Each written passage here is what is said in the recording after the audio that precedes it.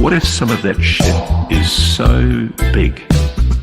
What if some of that shit is so big it can't be moved? Big, it can't be moved. Big. What if some of that shit is so big? What if some of that shit is so big it can't be moved? Big, it can't be moved. Big,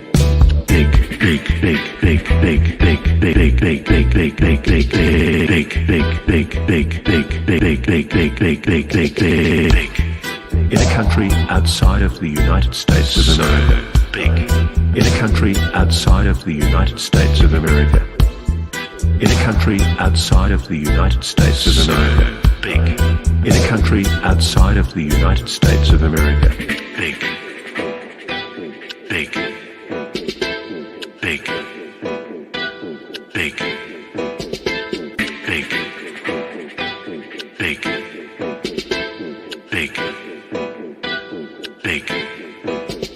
They're too bloody big.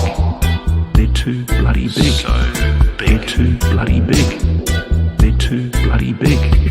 They're too bloody big. They're too bloody big. So big. They're too bloody big. They're too bloody big. I know exactly where it is. I know exactly where it is.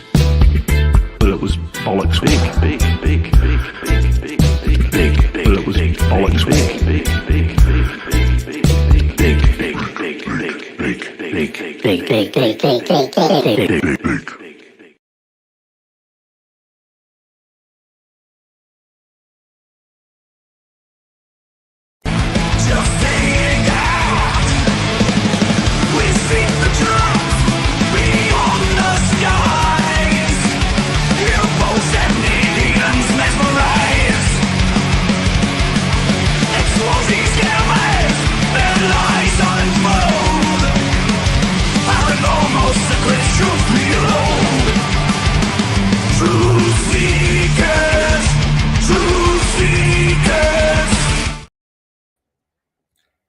Greetings and salutations, friends, and welcome back.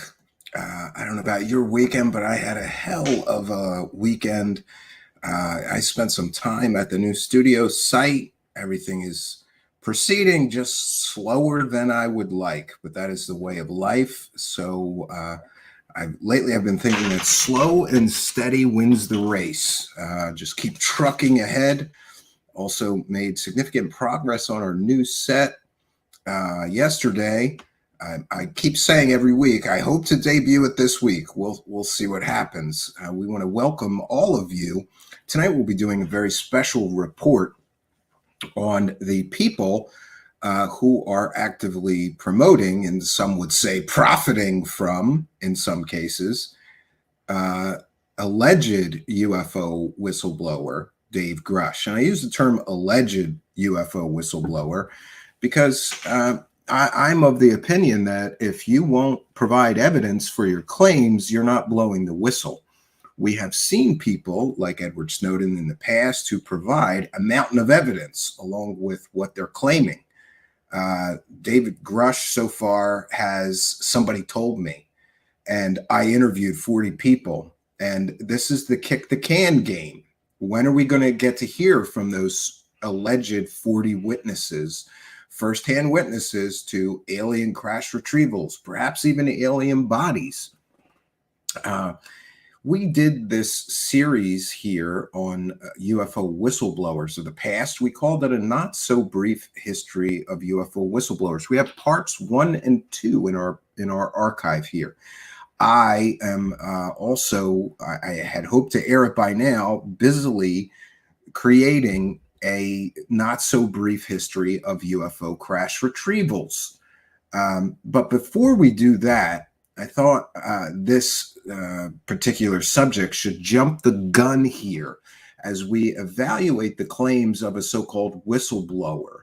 Is it important that so many of the people associated with him, closely in some cases, so close he works for one of these people, should we understand that many of these people have made fantastical claims before and been involved in some very shady stories or attempts to generate money through promoting UFO stories, alien stories? Well, it would appear that we have direct connections in some cases between Mr. Grusch and some of what I'm calling the Shady Bunch. These are people who have been actively promoting these stories, some to the tune of profits in the millions of dollars for many years.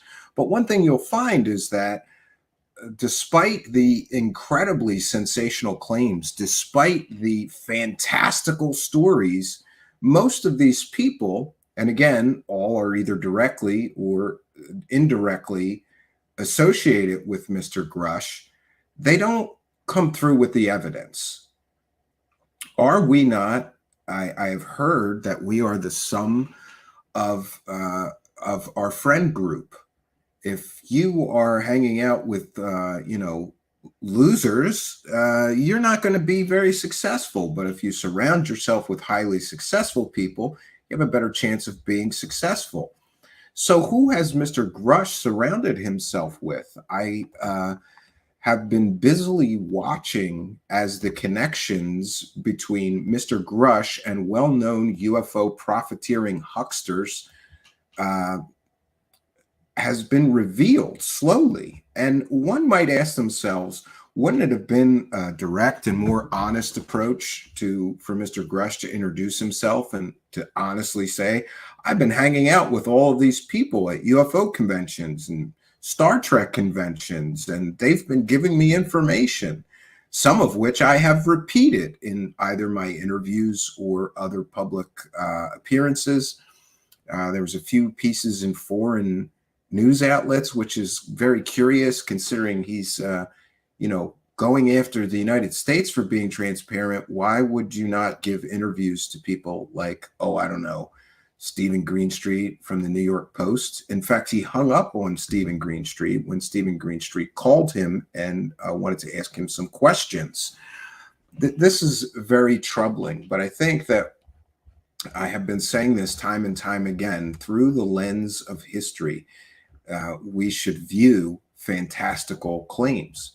After all, I have been saying this for quite some time. History is indeed our greatest teacher. And I truly believe that.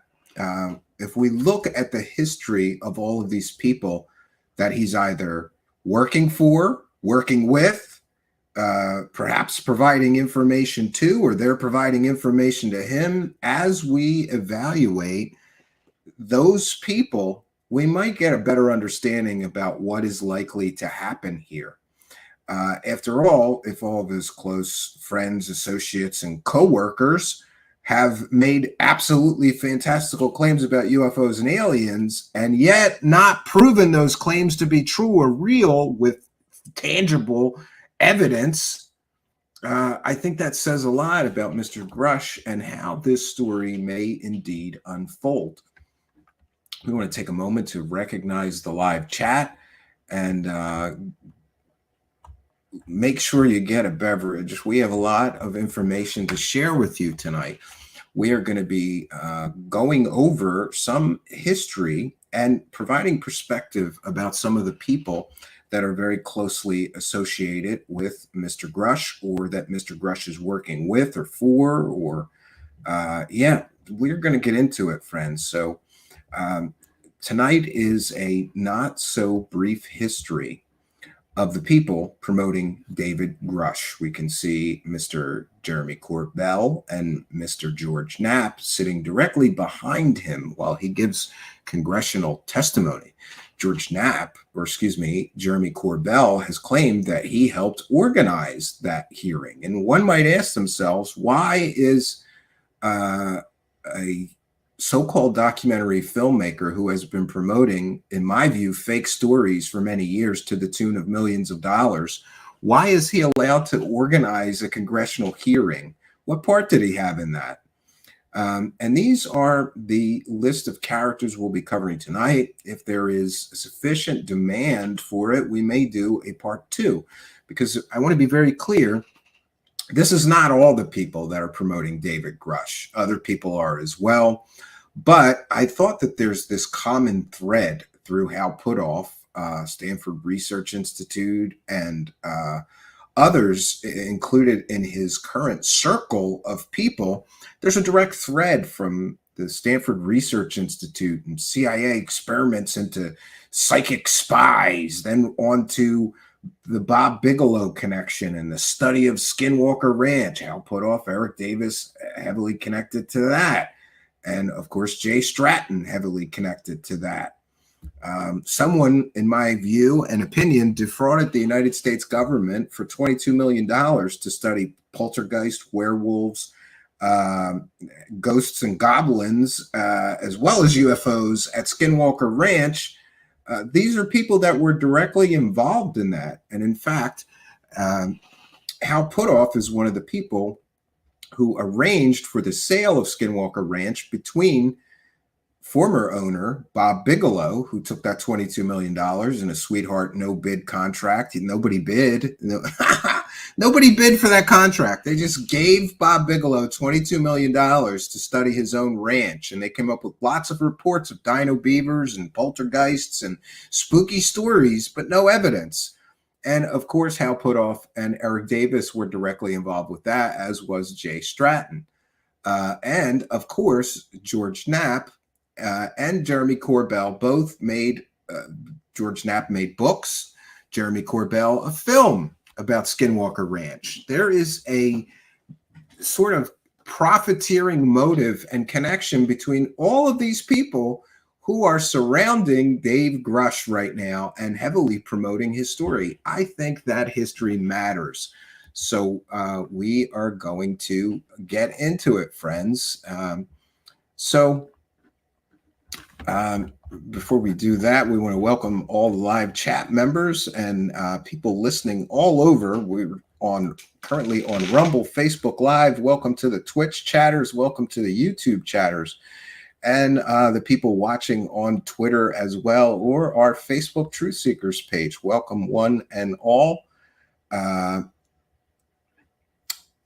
Maria Rose, I haven't been paying attention. I'm waiting for 10K. Congratulations to Truth Seekers for 8.82 subscribers. How can we get that number up to 9K? Good question. Yeah, and I'm sort of braced myself for low attendance tonight, because the truth is that the Shady Bunch, or the Grift Squad, all the people who are promoting and profiting from the stories of Dave Grusch and this big hysteria that they have created, they don't want to hear the real and true history of all of these profiteering people. They don't want to hear it. So many people will choose to put their blinders on, put your thumbs in your ears. Oh, no, the aliens are real, and Dave Grusch is going to prove it. Even though he's hanging out with all these other guys that never proved anything, I don't want to hear it. I don't want to hear facts and evidence, Steve Cambian. Well, you know what? It's your loss. But we want to welcome those of you who want the full story of what is truly happening here, and we're going to break it all down for you tonight. So we're going to begin our journey with the story of one Harold Putoff, who some people have called the godfather of UFO and paranormal grifting. And I think that is an apt and an appropriate title to give Mr. Hal Putoff. After all, he has been involved in one form or another of sucking money away from both government and individuals, private businesses, anybody who will pay for wackadoo paranormal research. Harold Putoff is right there with his hand out. He was a part of SRI, Stanford Research Institute, and studied psychic spies and tried to develop remote viewing superheroes for the United States government. It's so stupid. Then he goes on to have a hand in the whole Skinwalker Ranch investigation that was a complete and total joke. And then on to TTSA, where somebody collected $3 million from investors before suddenly a bunch of people quit and nobody ever made any money on their $3 million worth of investment. I challenge you to find one person. What happened to all that money? Hal Putoff got some, didn't he? He got paid, right? Elizondo got paid. You know who didn't get paid? The people who invested money in TTSA. And of course, there's a possible SEC investigation into that. We'll detail more for you, but let us begin with the journey and story of one Harold Putoff, known commonly as Hal Putoff. Hal Putoff is a controversial, what some people will call parapsychological researcher. But it's important when we get into him that we unravel the government funding he has sucked up, his CIA involvement, and perhaps financial shenanigans involved with some organizations that he directly profited from. We're going to delve into the enigmatic career of Hal Putoff.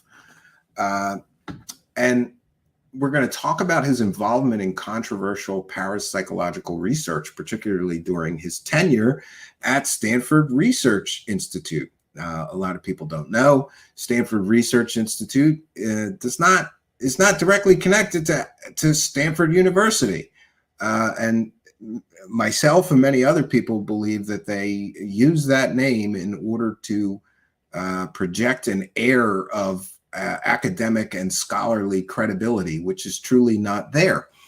Certainly the people who were involved in it early had a connection, but those connections were severed. We're going to explore Mr. Hal Putoff's association with the government funding that he has always been there to get his hands on, including the CIA's interest in psychic research known as Project Stardate. We should also be sure to mention his collaboration with figures like Uri Geller, his extravagant expenditures on remote viewing and psychic phenomenon research. It's important to note that Mr. Putoff once declared Uri Geller's superpowers genuine and real. That's after getting a lot of government and I believe CIA funding to study Mr. Geller. It's important to note that Uri Geller would later admit at international conventions of stage magicians that what he did was use magic tricks. He had no psychic powers. And in fact, Uri Geller sold the secrets of how to do many of the tricks, some of which he used on Hal Putoff, to other magicians in a very expensive and lengthy course. Interestingly, Hal Putoff was fooled by Uri Geller with literal children's magic tricks. This is important in evaluating Mr. Putoff's discernment capabilities and his cognitive bias. How could a man that's so educated, a physicist, be fooled by children's magic tricks? But he was. and wasted how much government taxpayer dollars studying a guy doing children's magic tricks, then declared him to have real and genuine psychic superpowers.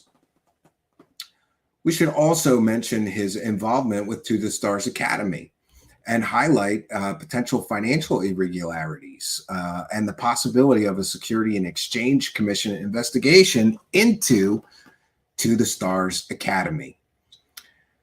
Hal Puthoff is a physicist by training, and he gained prominence through his involvement in various unconventional and often controversial research endeavors, notably in the realm of parapsychology or psychic research.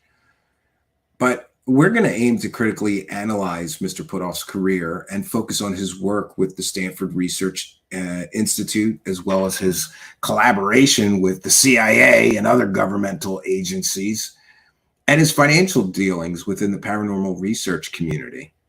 Puthoff's association with Stanford Research Institute marked a pivotal juncture at his career, in fact. And during his tenure at SRI, Puthoff and his colleague Russell Targ received substantial funding from government sources, most notably from the Central Intelligence Agency. But I challenge you to go try to find out from the CIA how much was spent on psychic research. I've been unable to. If anyone knows any good sources for just how much money Stanford Research was paid by the United States government and the CIA, please do let me know at truthseekershow@gmail.com. And it's important to note that the CIA's involvement in psychic research, colloquially known as remote viewing, aimed to harness the purported abilities, supernatural abilities, of individuals like Uri Geller to gather intelligence for the United States government and, in some cases, spy on the Soviets. And one of the most controversial aspects of Puthoff's career was his collaboration with Uri Geller, a self-proclaimed psychic and mental spoonbender. His association with Geller raised eyebrows within the scientific community due to the lack of empirical evidence supporting Geller's paranormal abilities. Despite this skepticism, Puthoff and Geller worked together on projects that purportedly involved psychic phenomenon, contributing to the broader aura of the mystique surrounding Puthoff's work. We also need to make sure that we recognize his extravagant expenditures on psychic research. His endeavors in the field of parapsychology were not only controversial, but also financially extravagant. Reports suggest that significant sums of government funding were allocated to psychic research, often yielding inconclusive or unverifiable results.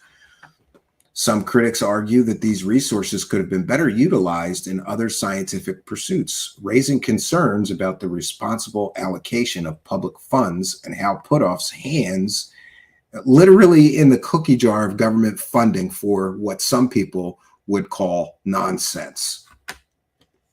Also important to talk about his connection to Bob Bigelow and Skinwalker Ranch, because Puthoff's later involvement with entrepreneur Bob Bigelow and the infamous Skinwalker Ranch further fueled skepticism surrounding his research.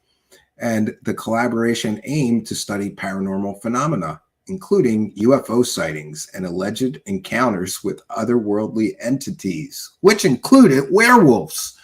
Critics contend that Puthoff's association with Bigelow and the sensational nature of the research undermined the scientific rigor that should have been maintained.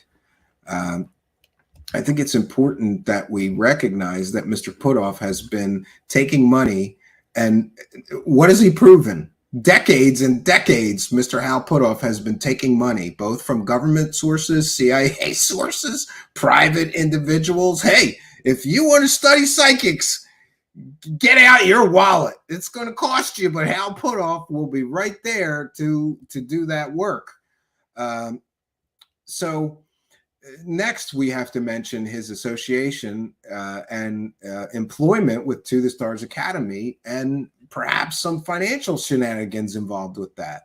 Because Puthoff's involvement with To the Stars Academy, an organization which was founded by former Blink-182 rock star Tom DeLonge, it brought further attention to his questionable research practices. After all, To the Stars Academy made many, many ridiculous claims, including having perhaps alien technology in their possession, and also promising that they were going to build a revolutionary spaceship, or excuse me, a spaceship with a quote, revolutionary power source that would change the world, unquote, and later delivering nothing. Mr. Putoff was also, for a time, I think, associated with or connected to the Joe Firmage free energy and anti-gravity scam, which some investors, on the record, Skinwalker Ranch new owner Brandon Fugel invested millions of dollars and then found out that it didn't work. Nothing worked. But back to the Stars Academy, concerns have emerged regarding the transparency of financial transactions and the allocations of funds that were all solicited from public donations. People want to know what happened to the money and the allocation of the funds within the organization. Who was paid what? No one, to the best of my knowledge, will answer any questions about where the money went, who spent it, how much each member of the organization To the Stars Academy was paid. It gets shady very quickly. And of course, we've learned through recent reporting by Art Levine that there is a potential SEC investigation. While scrutiny mounted about To the Stars Academy, there has been speculation about a potential Securities and Exchange Commission investigation into To the Stars Academy for potential misconduct or even fraud, perhaps. And there has been claims of a previous SEC investigation which did not go forward. And the current claim is that there is a current complaint and investigation by the SEC into To the Stars Academy. And critics like me, quite honestly, argue that Putoff's association with To the Stars Academy, along with his history of controversial research and let's just call it paranormal profiteering, I believe that warrants a thorough examination of any organization he is a part of's practices, especially when it comes to financial matters. Hal Putoff's career has been marked by his controversial research, by lots of government funding and questionable financial dealings. His collaboration with figures like Uri Geller, involvement with To the Stars Academy, and other pseudoscience investment opportunities, like his own company. He wants investment capital for his company that investigates wacky stuff. And also, certainly, his association with Skinwalker Ranch have raised concerns within the scientific community and beyond. While Putoff's contributions to various fields and fields of research cannot be entirely dismissed, the shadow of the controversy around him and what some may call financial shenanigans for some things he's been a part of casts a very skeptical light on his history.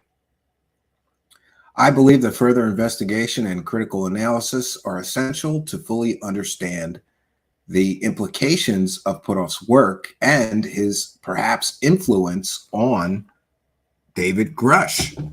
We have seen that Mr. Grusch has been talking about some things that Hal Putoff wrote papers on. I don't think that's a coincidence. We have also seen that Mr. Grusch is directly connected to one Eric Davis, who worked for Mr. Hal Putoff multiple times through various different agencies. I don't think this is a coincidence. And why is it that all the TTSA profiteers who ran that thing into the ground, some would say, are all right around Grusch looking for another payday off of the paranormal? I don't think that is a coincidence either. And so our next contestant here is, we're going to go, let me check here. Dr. Eric Davis. He's the next contestant on the Shady Bunch game.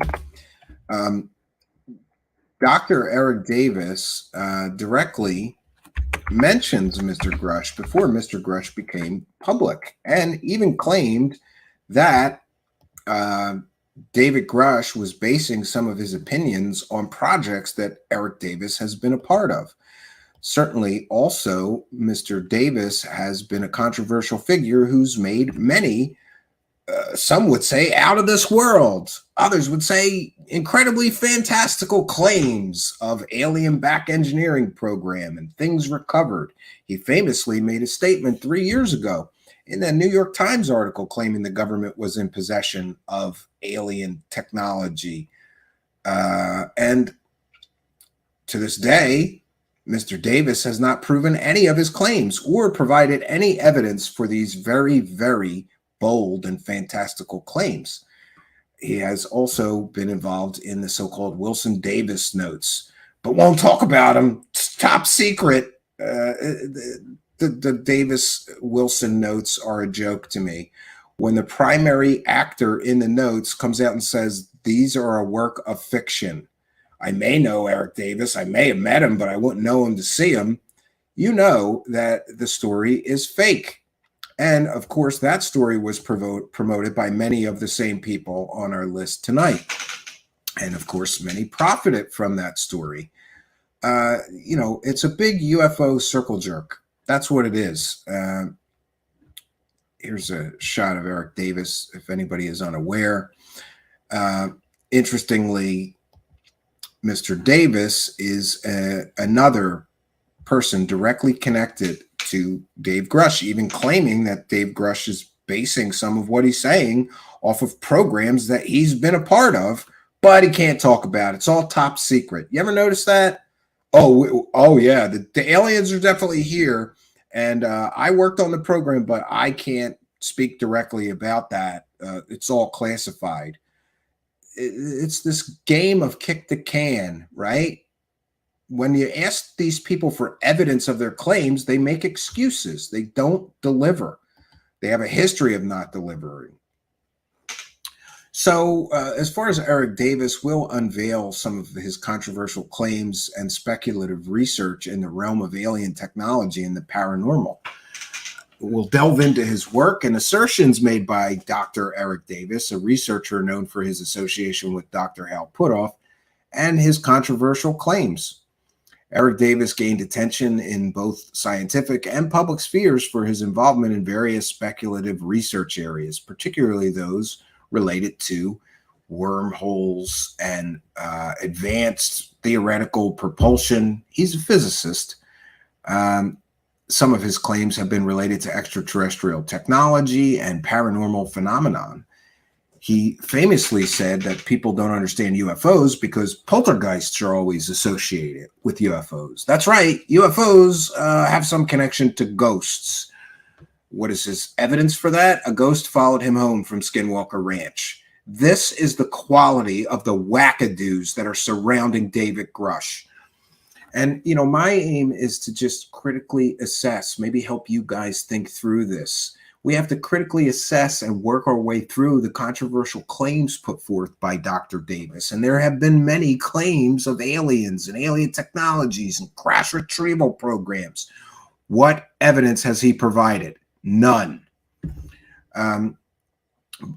We can try and examine the evidence, but he doesn't have any. He has stories. And we can try and examine the implications of his assertions and claims. One of the most notable aspects of Dr. Davis' work is his claim that the U.S. government has been engaged in a crash retrieval program and has retrieved alien technology, craft not of this earth. He suggests that certain advanced technologies, including propulsion systems and energy sources, have been derived from extraterrestrial sources. This assertion, of course, is controversial due to the lack of verifiable evidence that he presents and the speculative nature of his claims. Until he provides evidence of these huge claims, they are nothing more than speculation. Similarly, Dr. Davis' investigation into poltergeist phenomenon has been met with skepticism as his reported findings remain largely anecdotal. He's got stories, anecdotes. Those are stories, anecdotal evidence. Well, Poltergeist followed me home from Skinwalker Ranch after we saw an alien spaceship. I'm paraphrasing, of course, but you get the idea.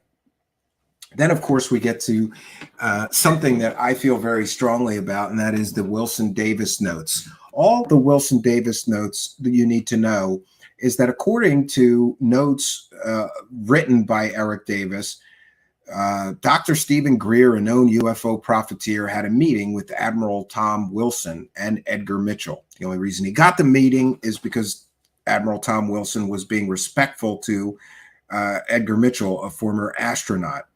And in that meeting, Dr. Stephen Greer gave this admiral a completely and totally 100% fake top secret document called the NRO document. And in that document, there was claims of alien crash retrievals. And by the way, it's important to note, it was a completely and totally fake document. But if you believe the claims of Eric Davis and others, Dr. Stephen Greer and others who have promoted and profited from these notes, a decorated Navy admiral just jumped to go investigate for 6 months or months claims of top secret projects involving alien technology. And the catalyst for him to jump and do that was a completely and totally fake document. But a decorated Navy admiral was too stupid to know that that document wasn't real. This is absolutely ridiculous and stupid. A Navy admiral has an entire staff. If somebody gave him a document purporting to be a top secret document, the first thing he would do is give it to his staff and have them verify and authenticate that it was a real document. But this decorated Navy admiral didn't do that. Instead, he went on a wild goose chase looking for aliens and crash retrieval programs for months and was denied access. The admiral involved in what I believe is a grift or, a fake story here to make money, he denied knowing Eric Davis. He said, well, I may have met him. I wouldn't know him from seeing him. Well, I sure didn't talk about aliens. These are a work of fiction. These notes are a work of fiction. And, there's a real problem with UFO grifters being willing to just destroy somebody's reputation and call a decorated Navy admiral a liar so that they could, get some kind of clout. Like, oh, I had a meeting with this guy and he looked for the alien crash retrieval programs, didn't find them. To be fair, the Davis notes, which detail this Admiral Tom Wilson's alleged attempt to investigate programs related to the back engineering of alien technology, has sparked intrigue and a great deal of controversy and debate within the UFO community. However, the authenticity and veracity of those notes remain contentious. Eric Davis has now more or less admitted he wrote them, but we still got the main actor involved in the notes saying, I didn't have a meeting with this guy. These are a work of fiction. And the lack of actual verifiable evidence surrounding these notes casts major doubt on the legitimacy of these claims. Next, we get to Dr. Eric Davis' statements to the New York Times and his speculative research, because Dr. Davis' statements to the New York Times regarded encounters between Navy pilots and unidentified aerial phenomenon, and that got widespread attention. He sort of came along for the TTSA ride, right? Again, a direct connection to TTSA. And while his insights into so-called potential technological advancements remain thought-provoking, he wrote some speculative papers on wormholes and how could aliens get here from there and stargates and things like that. And by the way, the Air Force called his research crackpot research in a newspaper article. This man has been called a crackpot by one arm of our government, while at the same time, other arms of our government are somehow hiring him to do things, right?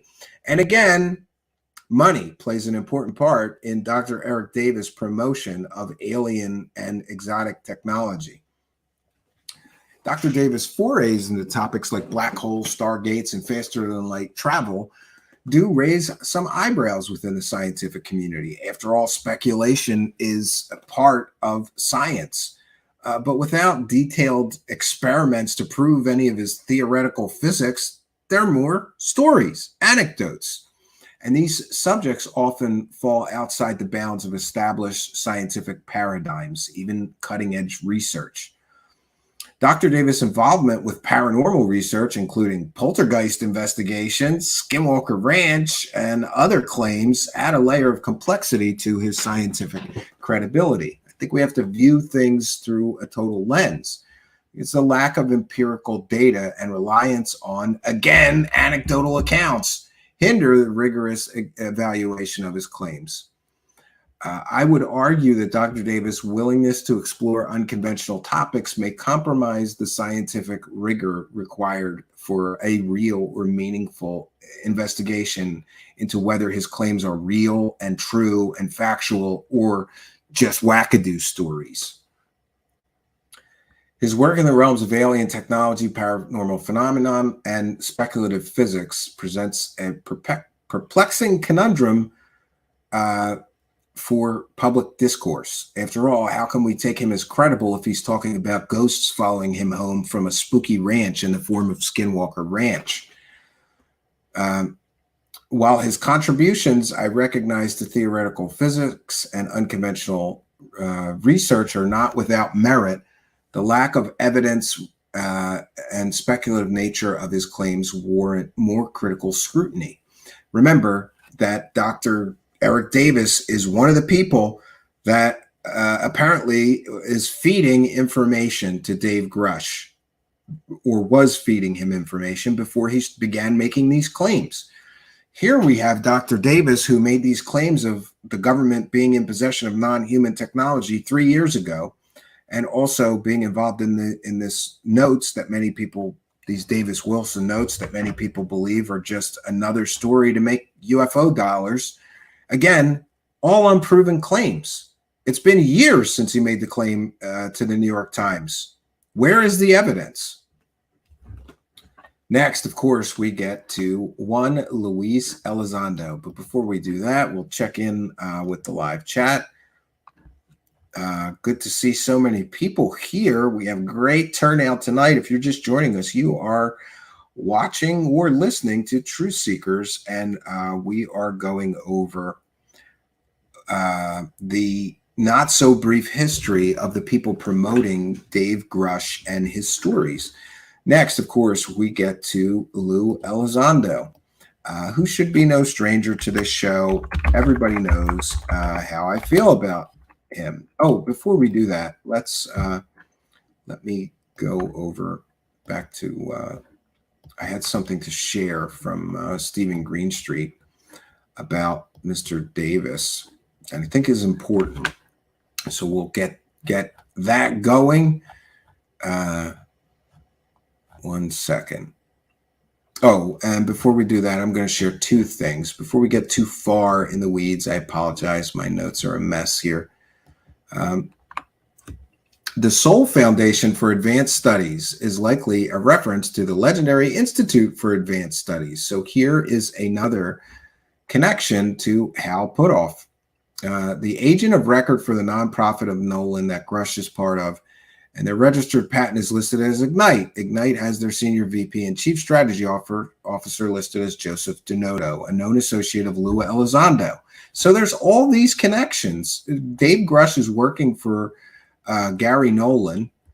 UFO whistleblower states he is currently the COO of the Soul Foundation. Also part of Soul Foundation is Christopher Mellon and Gary Nolan. By the way, I left Mr. Mellon out. We ran out of space on the thumbnail. He's another person who is promoting Mr. Grusch's claims, again, without evidence. All these people are promoting his claims, telling us, oh, the evidence, he's got plenty of evidence. It's been months. Where is the evidence? Are we just going to kick the can until we finally give up and go, oh, he doesn't have any evidence. He's got stories from wackadoos like Hal Puthoff and Eric Davis, lifelong wackadoos. 1 second here. Now, I had the, Earth Tech is also Hal Puthoff's company, and Eric Davis works there. So there's all of these connections, right? And I am going to share my screen. Here's Mr. Eric Davis talking about, well, we'll see in a moment. Because we're pressed for time. Tell me about the Admiral Wilson transcript. I can't discuss that.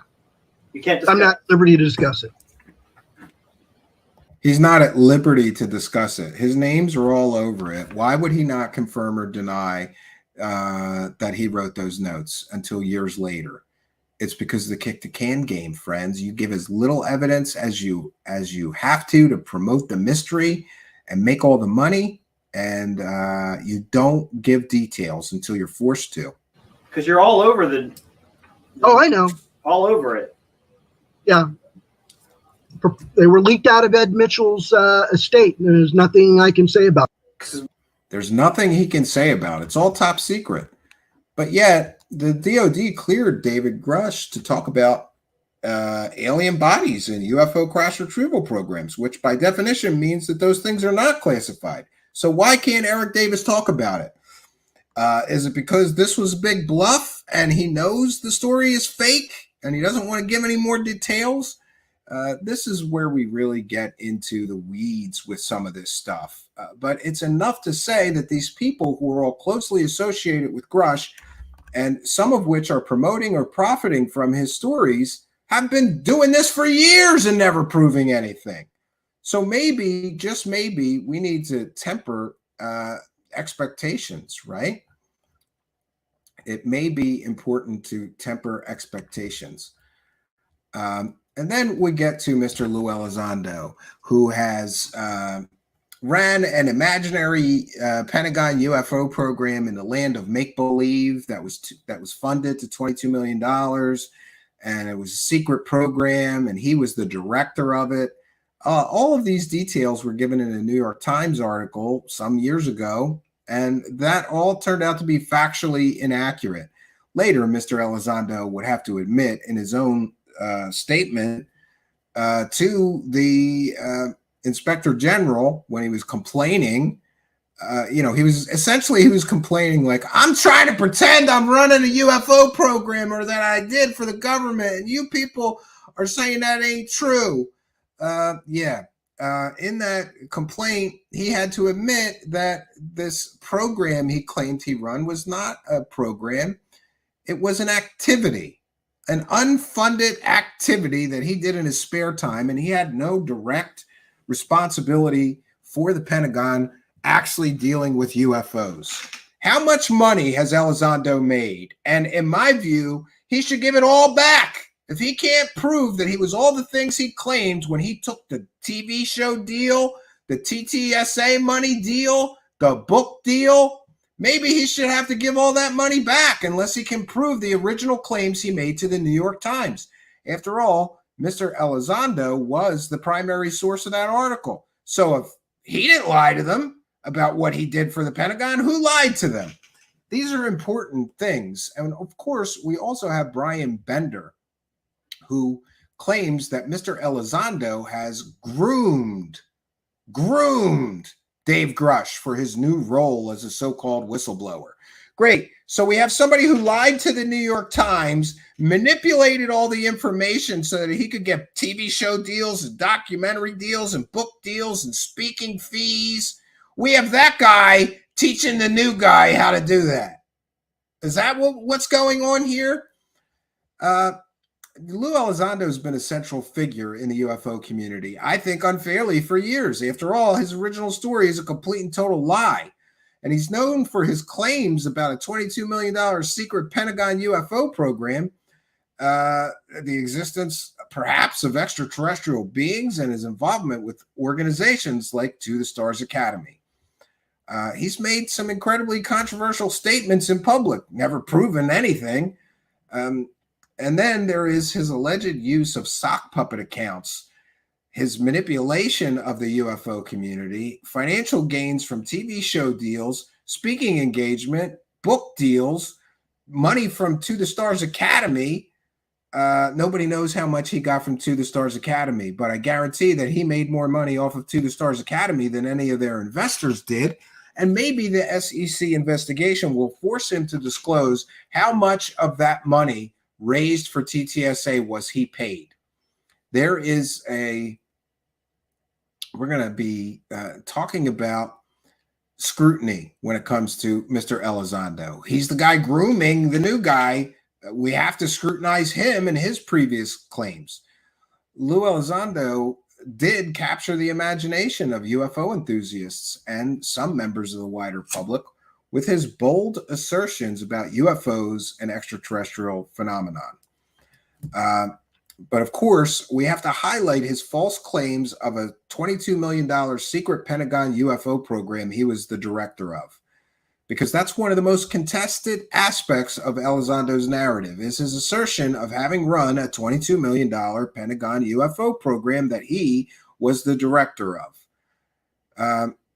Skepticism has arisen over the lack of concrete evidence substantiating this claim. And don't anybody show me the Harry Reid letter, because Harry Reid is the person who many people believe is responsible for taking $22 million of taxpayer money to fund a ghost hunt, okay? He's not a credible source. That's the only source that says Elizondo wasn't lying to the New York Times and that he really ran a program called that. The Pentagon has made repeated statements that Mr. Elizondo had no assigned responsibilities with the Pentagon around UFOs. If the program was real, they would not do that.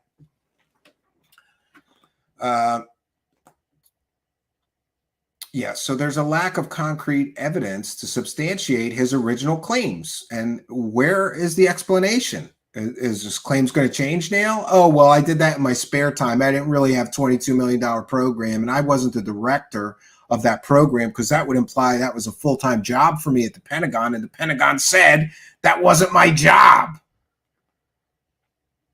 There is no concrete evidence substantiating this claim unless you accept the the wackadoo prover maneuver, when one wackadoo who's on the take for UFOs and aliens making money for them and their friends substantiates the claim of another UFO profiteering whore.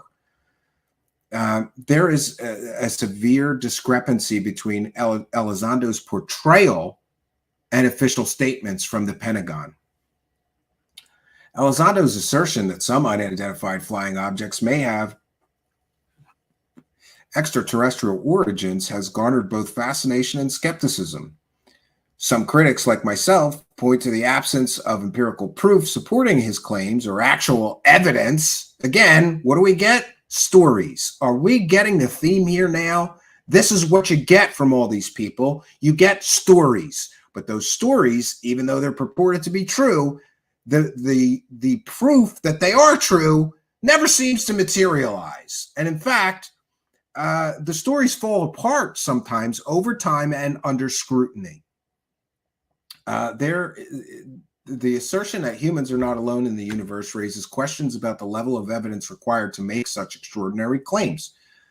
And then, of course, there's the controversial use of sock puppet accounts. Mr. Elizondo apparently or allegedly used anonymous social media accounts or sock puppets to attack his critics. And that certainly raises ethical concerns about Mr. Elizondo's true motives and the nature of his, let's just say, moral compass or lack of one. After all, why does he need to hide behind fake accounts and attack critics? And while we're on that subject, according to a witness, Mr. Elizondo directed some people to go and attack his critics on the internet, defend his honor and his family's honor. And they did. Doxing people, threatening people, intimidating people, harassing people. I have been a victim of that, and so has my family. Mr. Elizondo, coward that he is, has still yet to address the allegations made against him concerning purposefully and willfully directing people to attack people critical of his stories and his narratives. His manipulation of the UFO community and his intelligence training also should be mentioned. He famously, after all, said, "I'm a counterintelligence agent. That's what I do." And in 2008, I was asked to apply those skills to the UFO community. Many people claim that Elizondo employs his intelligence background to manipulate members of the UFO community. to attack his online critics, and that certainly highlights the potential misuse of his government intelligence training. The alleged exploitation of trust within the UFO community raises questions about his ethical responsibilities and the ethical responsibilities he has with making extraordinary claims with no verifiable evidence or proof. Again, anecdotes and stories. Then we get to Mr. Elizondo's financial gains from media deals and book engagements. And let's not forget TTSA, which many have called a techno scam.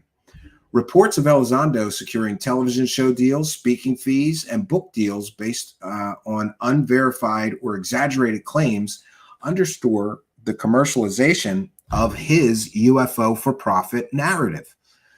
His pursuit of financial gains through sensationalism may compromise the credibility of his assertions and intentions. At least they would to most rational people. And then, of course, one of his most controversial things, and again, none of the things I'm being critical of him will he actually talk about or accept questions about. Why not? These are questions that demand answers, Mr. Elizondo. And if you're too cowardly to answer the questions, I'm just going to keep asking them until you do. One of his most controversial associations was with To the Stars Academy, which may be under investigation by the Securities and Exchange Commission for some form of financial irregularities or fraud. Elizondo's involvement, and that's alleged, Elizondo's involvement with To the Stars Academy, which raised by some accounts, $3 million from investors with promises of revolutionary technology, has drawn an incredible amount of scrutiny. The lack of substantiated progress and transparency of that organization raises concerns about the accountability of organizations in the UFO research field, and especially raises concerns about Mr. Elizondo's lack of moral compass, or alleged lack of moral compass. Lou Elizondo's claims and activities within the UFO community present a very complex web of deception, lies by omission, exaggeration, intrigue, speculation, with no skepticism involved. While his contributions to the public discourse about UFOs is recognized, the lack of evidence, allegations of him being so manipulative with people, and his constant need for financial gains derived from UFOs and from his unproven or exaggerated claims, all these things call for a cautious and critical evaluation of his assertions. And as the UFO phenomenon continues to captivate the public interest, Lou Elizondo is not doing any good with deceptive, exaggerated claims and a lack of substantial and supportive evidence to back up those extraordinary claims. All right, next, we'll check back in with the live chat. If you're just joining us tonight, you're watching Truth Seekers, and we are presenting a not-so-brief history of the people who are promoting David Grusch, alleged UFO whistleblower. Next, we're going to get into, but before we do, Mr. Elizondo's book may not be coming out and this summer, and has been pushed back, to my knowledge, several times from a scheduled publish date. Could it be Mr. Elizondo's original narrative collapsing down like the house of cards of exaggerations, half-truths, and lies by omission it was built on have anything to do with his book not being published when it was supposed to? Are they just trying to wait it out? We call that the Cosmic Con Shuffle. When you really get caught lying about something, you got to go away for a little while, right? Do Cosmic Con Shuffle, and then you come back with brand new stories you're not going to prove, just like the last stories that you said that you didn't ever prove. Here's him making some pretty bold claims. And of course, any show that has disclosure in the title is a shit show of misinformation, disinformation, half-truths, lies, fairy tales, and delusions. Don't watch any show with disclosure in the title, I'd like to switch this round and first of all start off by congratulating you on the recent announcement that you're bringing out a book. Oh, yeah. It's a recent announcement. Oh, wait a second. Let me fix this here. And we're going to put our fair use banner up as well. This is a transformative work. We're educating the public and giving you a breakdown of all of the history of some of these, the people I'm calling the Shady Bunch. We're bringing you their history. This is a fair use of this material. We'll be discussing and critiquing the video we're sharing. We're also using this video to educate the public about people making extraordinary claims surrounding UFOs and aliens. So congratulations on that. Now, thank you. A lot of people saw this headline article within the Hollywood Reporter that the book will reveal shocking details. And now we all know what people on social media like. A lot of are speculating and making claims that it's a pay for disclosure tactic, which of course they're going to. Can you just set the record straight, please? Yeah. Shocking, right? Why would he wait with the evidence until he had a book deal if he really cared about disclosure? Why doesn't he just drop the evidence, right? It's always, everything these guys do is profit driven. We heard details of Mr. Grusch beginning to say something, talk about a certain thing to the Canadian member of parliament he met with the week of May 15th. Ross Coulthart cautioned him, no, we have to save that for the documentary, right? It's always about the payoff. Where's the payoff? They for disclosure people, they sure don't disclose much, right? Not until the floodgates of UFO cash open for them. And so we can... Yeah, I mean, first of all, what I'll say is that I'm writing the book. Second of all is that the intended audience is for a lot of people that have never even gone to UFO Twitter. You know, what I will say, and I won't go into many more detail than this, is that the purpose of the book is going to be very, very apparent when it comes out. And I think people who know me are going to be like, that clever guy. People who don't know me are going to probably wind up having to eat some of their words.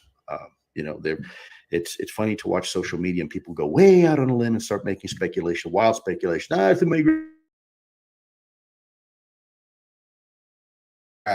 But when the book comes out and people really they read it and go, holy crap, this makes sense. Now we understand why you did the way you did it when you did it. Yeah, it is a money grab. And you know what else was a money grab? His television show, which proved nothing. You know what else was a money grab? TTSA, which proved nothing.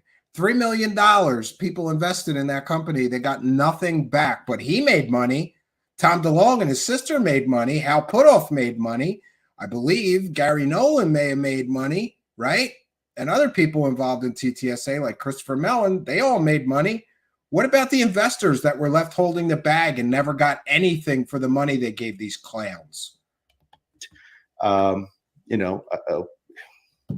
they apologize? No. They'll just, they'll go hide in the little deep dark corners of Twitterverse. Yeah, he's got bombshells, but he's been waiting all this time for the book deal to drop the evidence, right? So that the TV show money grab, that wasn't good enough money grab for him to drop the evidence, right? The TTSA money grab, that wasn't a big enough money grab for him to drop any evidence. The speaking fees that he's gotten to speak at conferences or live events or whatever, that wasn't enough money for him to drop the evidence he's been holding all this time. But somehow the book is going to be where he's going to drop the evidence. Sure. He's waited 8 years to drop evidence, right? Is it 8 years? 7 or 8 years he's waited to drop his evidence. And maybe change their name or something. And by the way, we've seen some of the evidence he dropped on national television. Wasn't it when he was on the Fox News network, he claimed that recently CIA documents confirmed alien stuff, and it turned out to be they were disclosed like 30 years prior, and they were unproven claims, great documents, but, he gets things wrong constantly. He can't even evaluate stories. He's behind the push of Grusch talking about the Italian UFO case. And oh boy, we're going to detail that for you. The only evidence of that is some documents many people claim are forged documents. And the story got added on to, and people keep adding on to it. And a UFO grifter involved in the Trinity hoax was involved in that as well. And the Trinity hoax is a proven hoax now. You know, this is not a guy who's good at like digging up real information. He's a guy who's good at recycling stupid stories that weren't proven the first time they were sold, trying to repackage it and resell them, just like TTSA did with Art's Parts. Remember that? Oh, we'll get into it. But I'm used to it. You know, for the last 3-4 years, I've been used to people always accusing me of one thing. They're never happy, no matter what you do for them, no matter how you do it. You know, I'd be happy if you actually provided evidence of your claims instead of filling your pockets with UFO dough constantly, right? You know, like at some point, don't you have to say, like, listen, you need to prove the shit you were talking about 5 years ago was true before you come out with new stuff you're claiming is true and want more money. Like the greed of these people, they are insatiably greedy, all of them. You've just got people that are sharpshooting you. They're throwing rocks. I don't know why that is. It's sad. Yeah. You know, I really hope that. Yeah. Asking for evidence is throwing rocks and attacking them, right? That's how you know that this man suffers from a delusion-based belief system, because he cannot withstand critical thinking people asking him questions. And he's such a coward that he went on no shows that asked hard questions, right? Well, with the possible exception of UCR, and we saw how that turned out, right? One hard question, the guy melted, started talking about somebody's mother being a hooker, right? What if I called your mother a hooker? Ridiculous, cowardly. Those type of people find whatever profit-driven clown they're looking for. You know, but if there's one thing, you know, my track record speaks for itself. Yeah, your track record of, let's see, deception, half-truths, and money grabs. Your track record of half-truths, deception, false information given to reporters, false information given to members of the media at some of your media appearances, your constant money grabs and need for the UFO community to pay your bills for the past 8 years.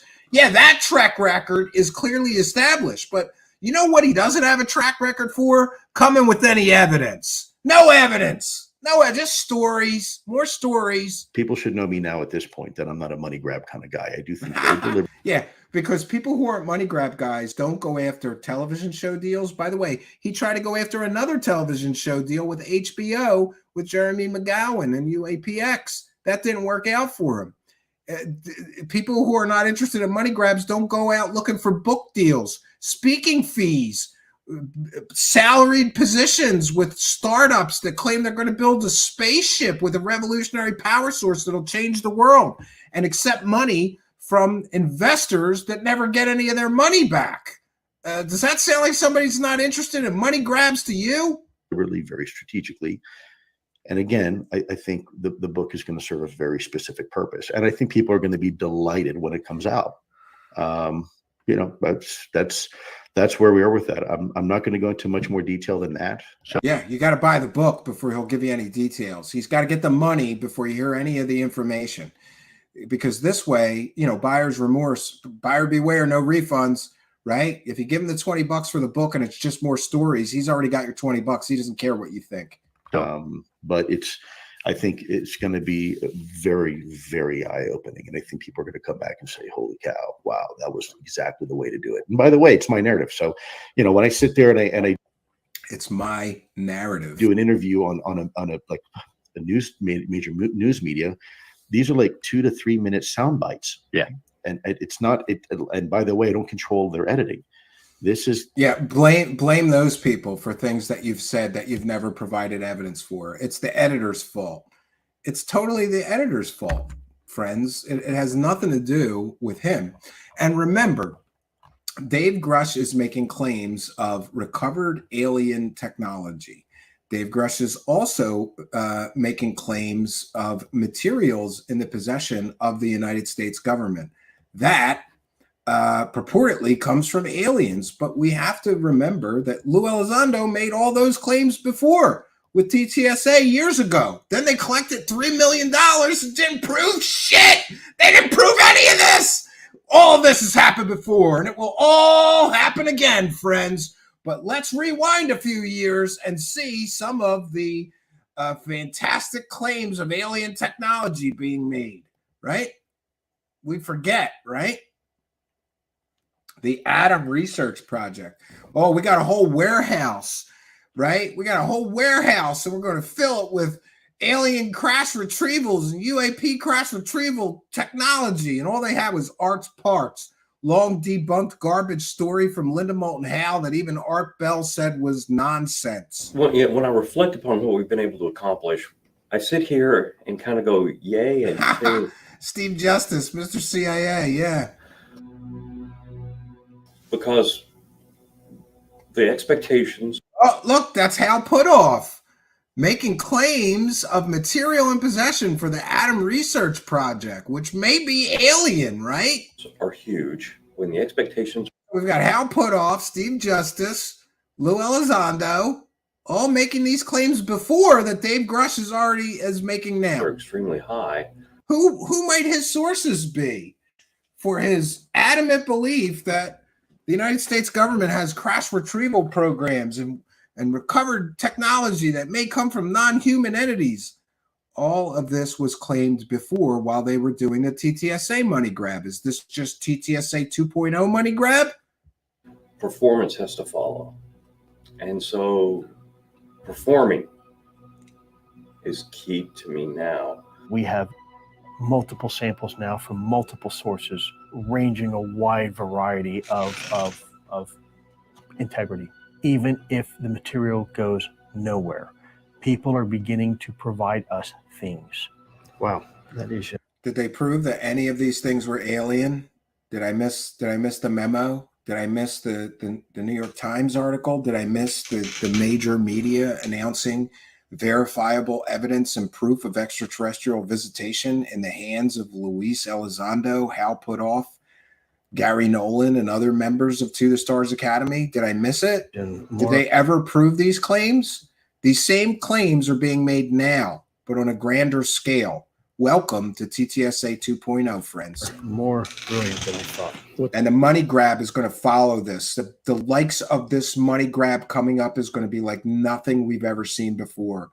I think it could reach 20, 30, 50 million dollars, the money that will be generated from this delusional escapade. What's different about the activity that we have going versus, quote, the field out there is that the field out there is... Yeah, this is the president of science and technology. The guy that thought that Uri Geller's children's magic tricks really were superpowers, real superpowers. And by the way, let's not forget that Mr. Elizondo has made claims of having superpowers himself. Do we see the wackiness here and how the wackadoo comes forth when you start scrutinizing claims made by these people?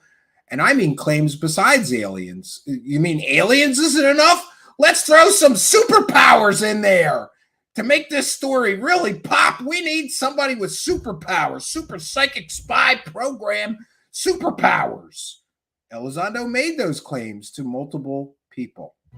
really filled with people who have opinions and thoughts and beliefs about what all this kind of stuff means and so on. But TTSA has been put together on the basis of the mantra, you might say, let's just follow the data and see where it goes. Where did the data go?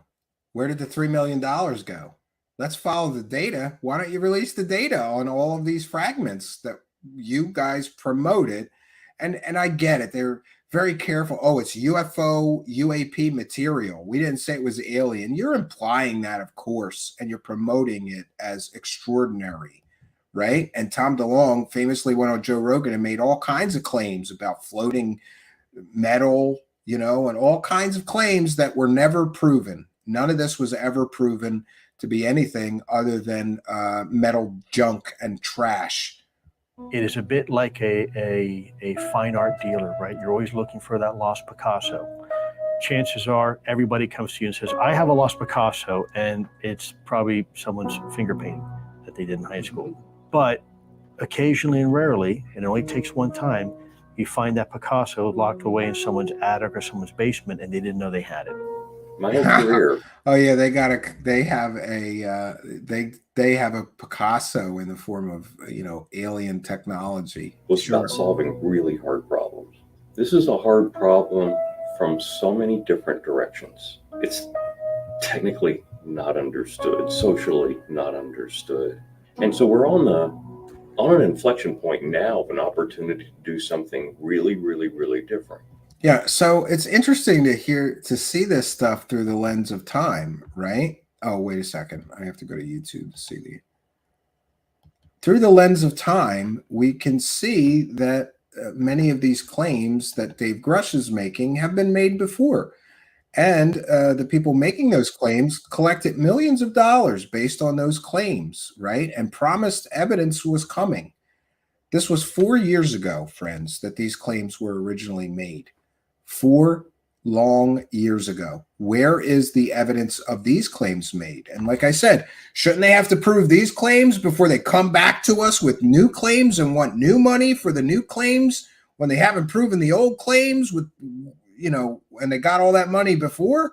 I would think that would be a fair, ask to say, well, you guys claimed all this stuff before. Somebody collected $3 million. Where'd all that money go? Where's the evidence? Where's the data? Where is the lab results of all of that?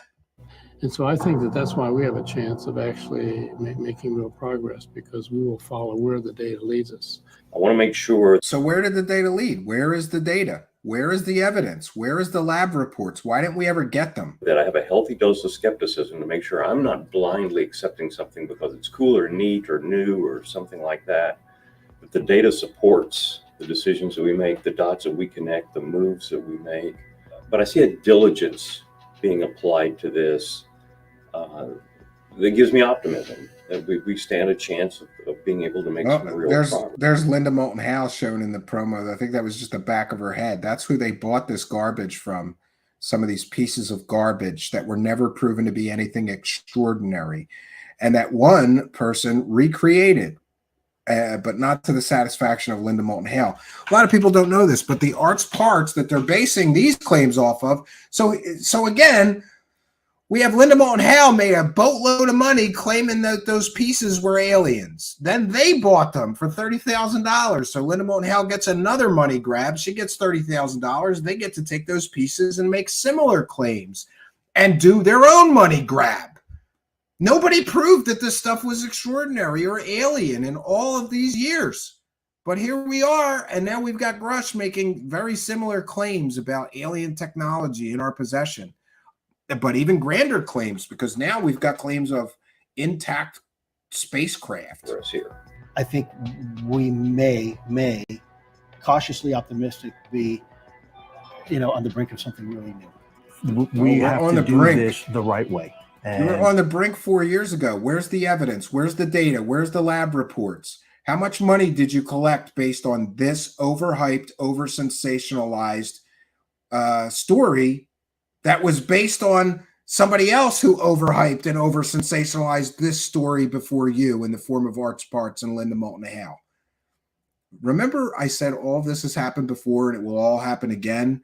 Are we going on the third iteration of Arts Parts now? The right way isn't necessarily the right now way. We may just be at the beginning of the headwaters. Maybe we're just in a stream right now, and we're just at the very beginning, and it's just a small creek. But I think eventually, I love how Elizondo always has this stupid analogies. Like maybe we're just going upstream in the middle of a creek. Yeah. Okay. Yeah. Invest now. Invest now. We'll get you the proof of those aliens. Oh, that's right. No, we won't. We won't bring you any evidence. We won't bring you any proof, but we'll take your money and claim we're going to give you the evidence. 4 years. Where is the evidence from 4 years ago? The grift cycle repeats. Here we go. We've got Linda Moulton Howe in the first grift cycle selling Arts Parts, claiming they were aliens. Then we've got To the Stars Academy, including the people we're talking about tonight, Hal Putoff, Lou Elizondo, and others going around the grift thing again. We got the grift train. We've got the first iteration of the grift with Linda Moulton Howe. Then these guys and then we recycle that grift a second time. And now we're on to the third recycling of the original grift. Amazing, my friends, that this is where we're at. How many times are we going to let grifters sell us the same story without actually having proof or evidence? And each time you will notice that each time the claims get grander and grander, right? Each time they get grander and grander. Oh, I will have to, we'll take a moment here to recognize Event-Tide. Thank you, Event-Tide. Steve, Nick, oh yeah, you're right. He wasn't the CIA guy. He was the Skunkworks guy. Steve Justice's nickname at Skunkworks was the Dream Crusher due to his realistic and practical approach. It's wild to me that he was involved in TTSA. I did not know that. Learn something new every day. Thank you, Event-Tide, for your kindness, generosity, and support. We appreciate you helping us to praise the cash. So these are the people promoting. This guy, Lou Elizondo, who pushed this nonsense garbage story 4 years ago, is the person allegedly grooming Mr. Dave Grusch for his role now as a so-called UFO whistleblower. So far, he hasn't blown the whistle on anything. We didn't get any evidence. We got a lot of stories. You notice the theme here? We get a lot of stories. You know what we don't get? Evidence of claims made, which is vastly more important to stories than me. I don't want to hear another 4 years worth of stories out of Dave Grusch before we find out, just like Hal Puthoff and Lou Elizondo and Christopher Mellon and Tom DeLonge and the TTSA alleged techno scam, allegedly under investigation by the Securities and Exchange Commission. I don't want to wait 4 years with Grusch before we find out, just like I just showed you. They've got no evidence. They've got no proof. They've got stories. And this is next on our list here. We're going to get to Mr. Jay Stratton, who is interesting. 1 second here. You ever have sound playing and you don't know where it's coming from? Not good. Okay, let me get rid of that. We're good again. All right, let me find our next piece to share with you. I'm going to share this from my Twitter. You should follow me on Twitter. It's at Stephen Cambion on Twitter. This is from Stephen Greenstreet. Interesting. Jay Stratton. Jay Stratton was the former director of the Pentagon UAPTF, Unidentified Aerial Phenomenon Task Force. And he talks about his ghost encounters on History Channel's The Secret of Skinwalker Ranch. Jay Stratton believes that his house is haunted by UFOs, werewolves, and violent poltergeists. This man, Jay Stratton, was David Grusch's direct supervisor, his boss.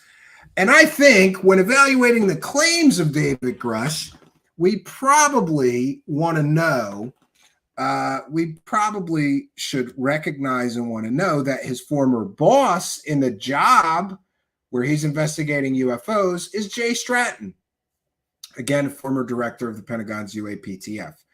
And he talks about his ghost encounters on the History Channel's The Secret of Skinwalker Ranch. And Mr. Stratton believes that his house is haunted by UFOs, werewolves, and violent poltergeists.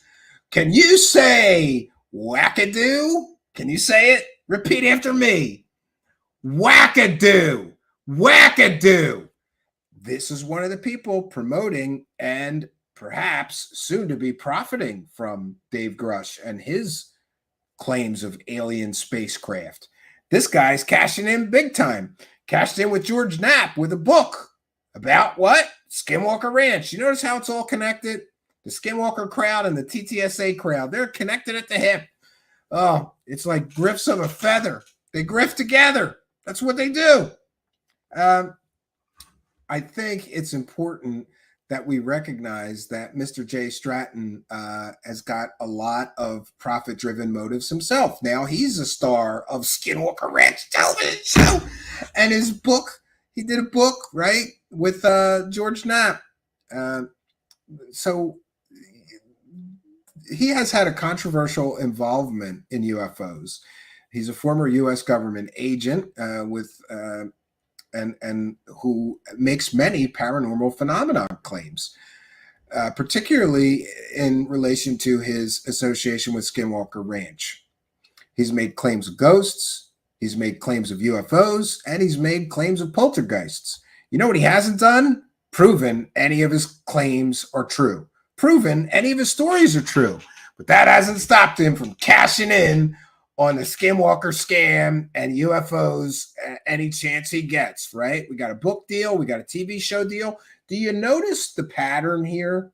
We got Elizondo with TV show deals and book deals. Now we got Jay Stratton with TV shows and book deals and maybe documentary deals. And maybe Lou Elizondo is going to have a documentary deal and live speaking fees. And Jay Stratton is signing up for those live speaking fees as well, perhaps, right? Do we see the profit-driven motive here?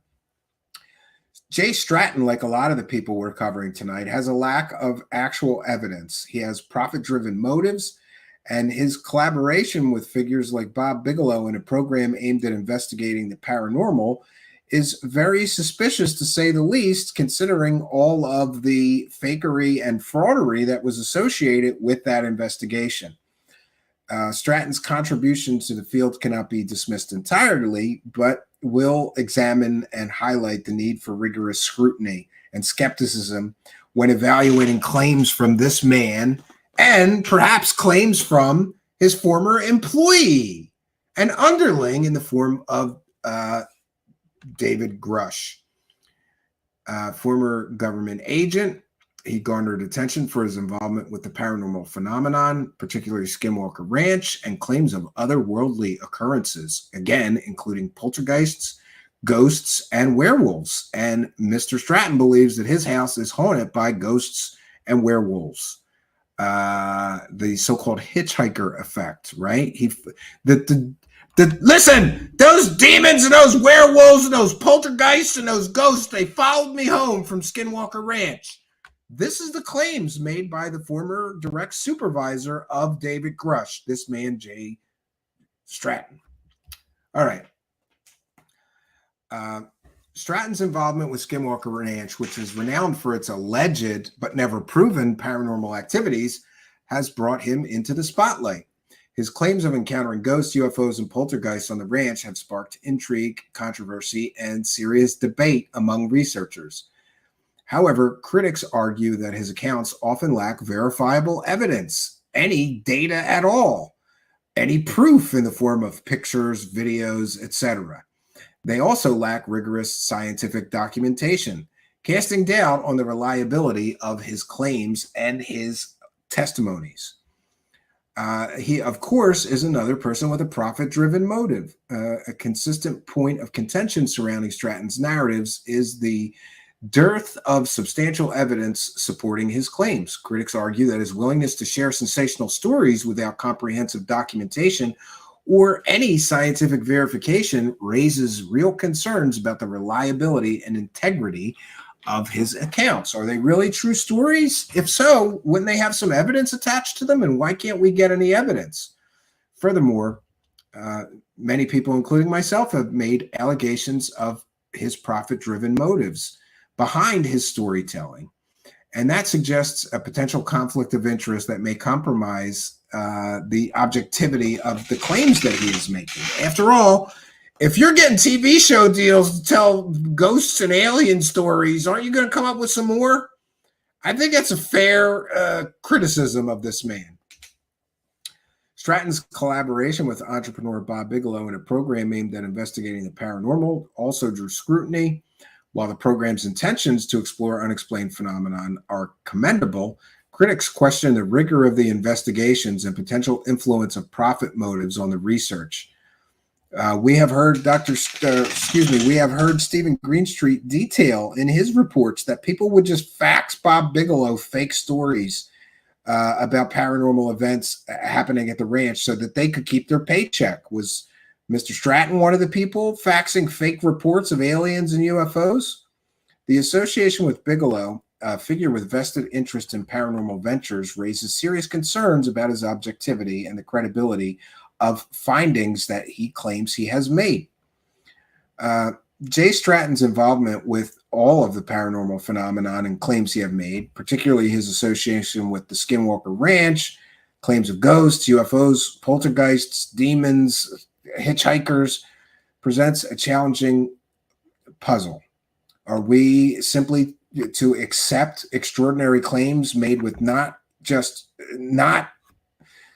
are we just to accept his extraordinary claims, which he makes without extraordinary evidence? In fact, he makes with absolutely no evidence except for his own stories and testimony. In a landscape saturated with sensational claims, the quest for truth and understanding demands a rigorous commitment to scientific validation of claims being made. So there we have it, Mr. Stratton. Wackadoo, wackadoo, wackadoodly-doo, friends. All right, now we have to get to one of my favorites, which is Dr. Gary Nolan. I've had a problem with Dr. Gary Nolan since the Greer documentary with the Atacama skeleton. It would seem to me that Dr. Gary Nolan, who, by the way, let me be clear, Mr. Stratton works directly for Dr. Gary Nolan, who has been involved with making fantastical claims of aliens and alien technology and bodies, and they're here, and never proven anything. Do you see that we see a common thread? All these people make these huge claims, but they never seem to have any proof. They never seem to provide any evidence. Could that perhaps inform us about Mr. Grusch's claims? Or is this going to be the one time in history when somebody making these fantastical claims actually provides the evidence and the proof? Or are we just too early here? I believe we may be too early here. We've talked about the cycle that these things run. First, we get huge fantastical fairy tales. Huge claims, alien visitation on Earth. It's true. It's all true. The government's in possession of alien technology. It's all true. The government is in possession of non-human biologics. That could mean a goddamn cricket. Who knows what non-human body? They imply alien bodies, non-human bodies. Well, it depends on when you ask him. When you ask him under oath, he didn't want to say bodies, so they come up with a new term, non-human biologics. Great. Is this going to be the one time in history where one of these guys actually proves it? And look at all of the people around him and all of the claims that these people have made. It is ridiculous, the amount of claims that these people have made, the amount of money they've all made on making these claims, and the scant, if some would say zero sum of evidence that they have put forth to prove the veracity of their claims. So when we get into Dr. Gary Nolan, there's a lot of problems with Mr. Nolan. Now, I want to be clear in saying that Dr. Gary Nolan has made contributions to various scientific fields, including genetics and some other things related to immunology. It appears to be a very educated, intelligent man. However, I don't think being educated or intelligent precludes you from falling a little too deep down a rabbit hole and convincing yourself that claims with no actual evidence are true. Dr. Gary Nolan has made many controversial claims, and his association with many figures in the UFO community, like Ross Coulthart, disgraced Australian journalist, or Dr. Stephen Greer, UFO profiteering whore for disclosure that always needs money and has made millions of dollars. And also his involvement, he has had a lot of involvement in organizations related to the study of UFOs, always with a profit-driven motive, in my view. Dr. Nolan's association with Dr. Stephen Greer, who some would call a prominent UFO promoter, has raised eyebrows within the scientific community. Critics argue that such associations may compromise the credibility of his research, given the speculative nature of some UFO-related claims promoted by Greer, or some 100% proven false claims promoted by Greer. Additionally, Dr. Nolan's work on the Atacama skeleton has sparked debate over his methodology and interpretation of his findings. Also very suspicious, he's going to give us the proof of aliens with Dr. Stephen Greer, and that was hyped and hyped and hyped and hyped. And then what do we get? We get the under-deliver, and inevitably we get the big letdown.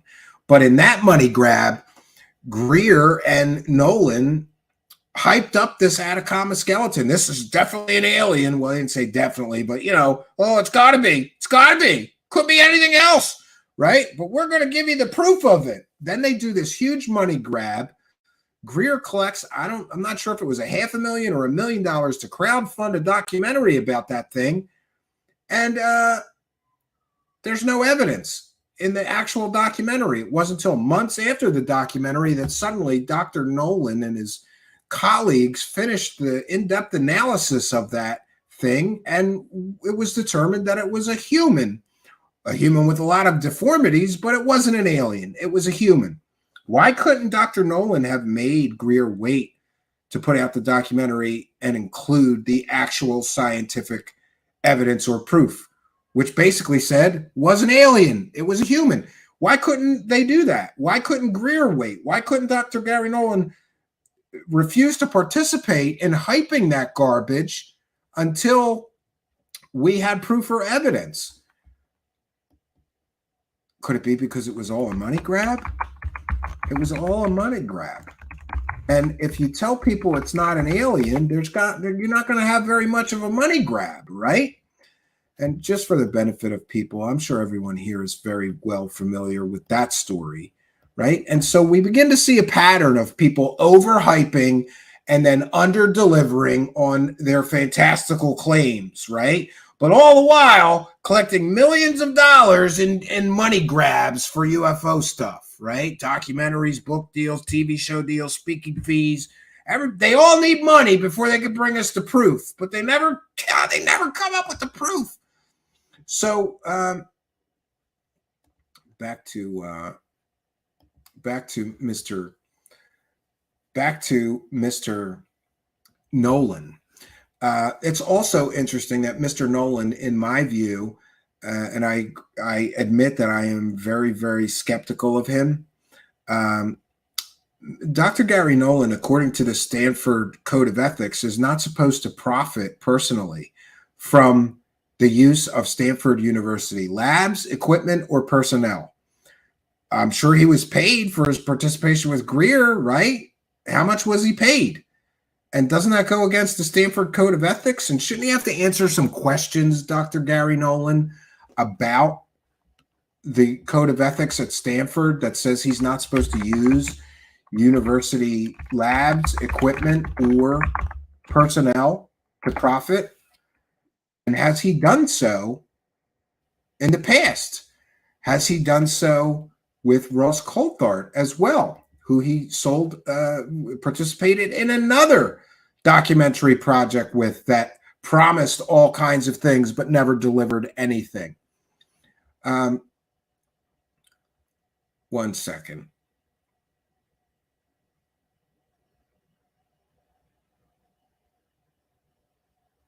Okay, so Dr. Gary Nolan has also made claims of aliens on Earth and other unconventional phenomenon. One of the most provocative aspects of Dr. Nolan's work is his claims about the presence of aliens on Earth. These allegations or assertions lack scientific evidence and fall outside of established scientific paradigms, inviting skepticism and critical analysis. And then, similarly, he's made claims about UFO-related injuries and incidents, and those require rigorous scrutiny as they challenge conventional scientific explanations. And his claims may not be based in reality. There's also his collaboration with journalist I would say alleged journalist, Ross Coulthart, who I don't think is a journalist. He's a disgraced journalist who then became a garbage peddler, right? Dr. Nolan's collaboration with Australian journalist Ross Coulthart, particularly their involvement in disseminating a completely fabricated story about, quote, conclusive proof of alien technology, all confirmed by this man. And then they cut to a shot of Michio Kaku. His involvement with that completely 100% fake story has drawn significant criticism. And the propagation of these stories without actual evidence undermines the credibility of all researchers and raises concerns about the integrity of everyone's work. In other words, if Gary Nolan is involved in constantly promoting these stories, sometimes they turn out to be fake, sometimes they turn out to be nothing burgers. Doesn't that damage the entire subject matter? I think so. There was also his involvement with To the Stars Academy. Again, this is To the Stars Academy 3.0. We've got David Grusch working for this man, Gary Nolan, who worked for TTSA. Dr. Nolan's association with To the Stars Academy, an organization known for its unconventional claims and UFO-related research, added another layer of problems to his public profile. Problems, of course, by problems, I mean problems with his credibility. There's also his claims of working for the CIA that have also raised a great deal of skepticism, given the lack of verifiable evidence supporting the claims that he made. Show us proof you worked for the CIA. Dr. Nolan's involvement in UFO-related organizations further blurs the line between scientific inquiry and speculative claims. Critics like myself may argue that such associations compromise the credibility of his research, and they raise very serious questions about the level of evidence that he requires before jumping to making extraordinary claims and assertions.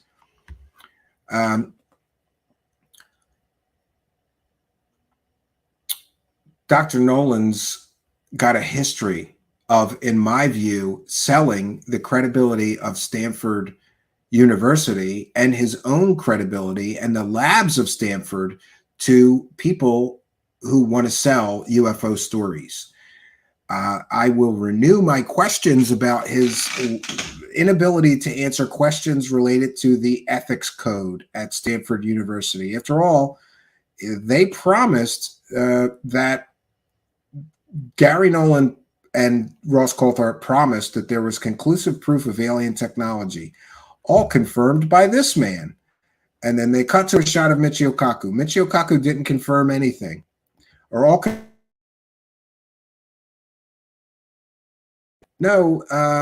They didn't prove anything.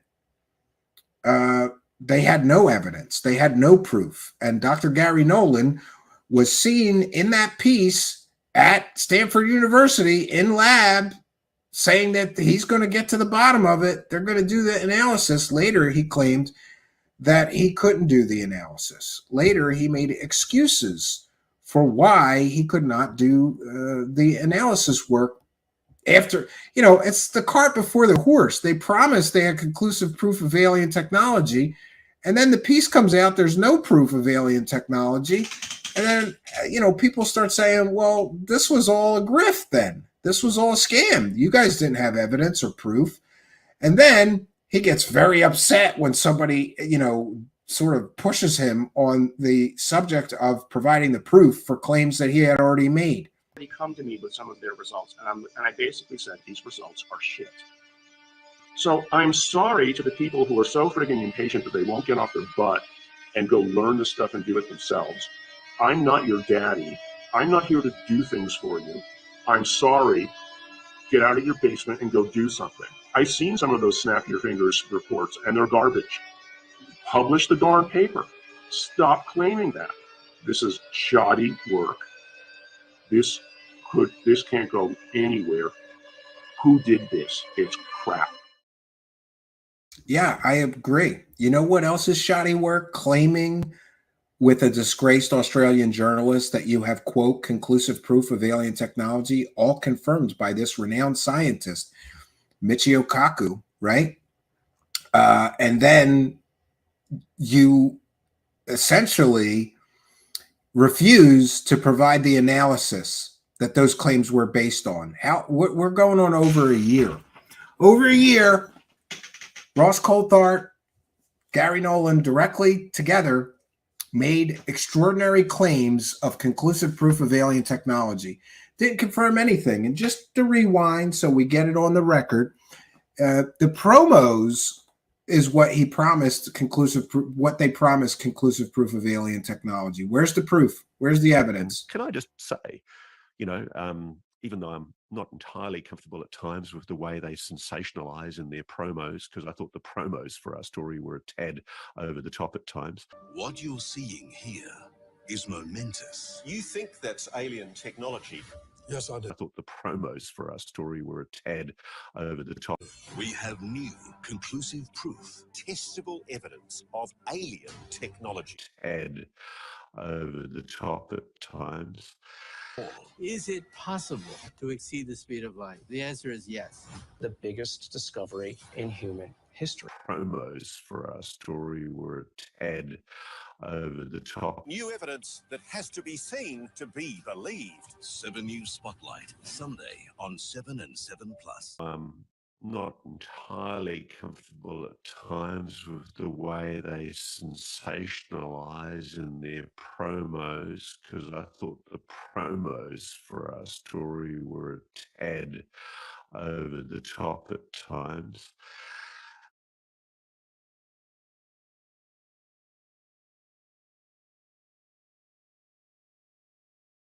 The most important discovery in human history, conclusive proof of alien technology, all confirmed by this renowned scientist. Well, it's been over a year. Where's the evidence of those claims made over a year ago?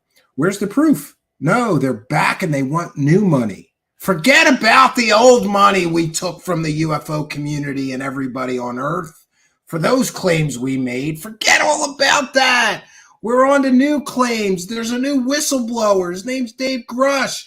And by the way, it's important that we recognize and understand that Dave Grusch works for this man who made these claims more than a year ago and was also involved in this Atacama, which is a travesty. If you're using a dead baby to grift for UFO money, and you both are learned men of science, right? Stephen Greer was a medical doctor. Dr. Gary Nolan is supposed to be a world-renowned immunologist.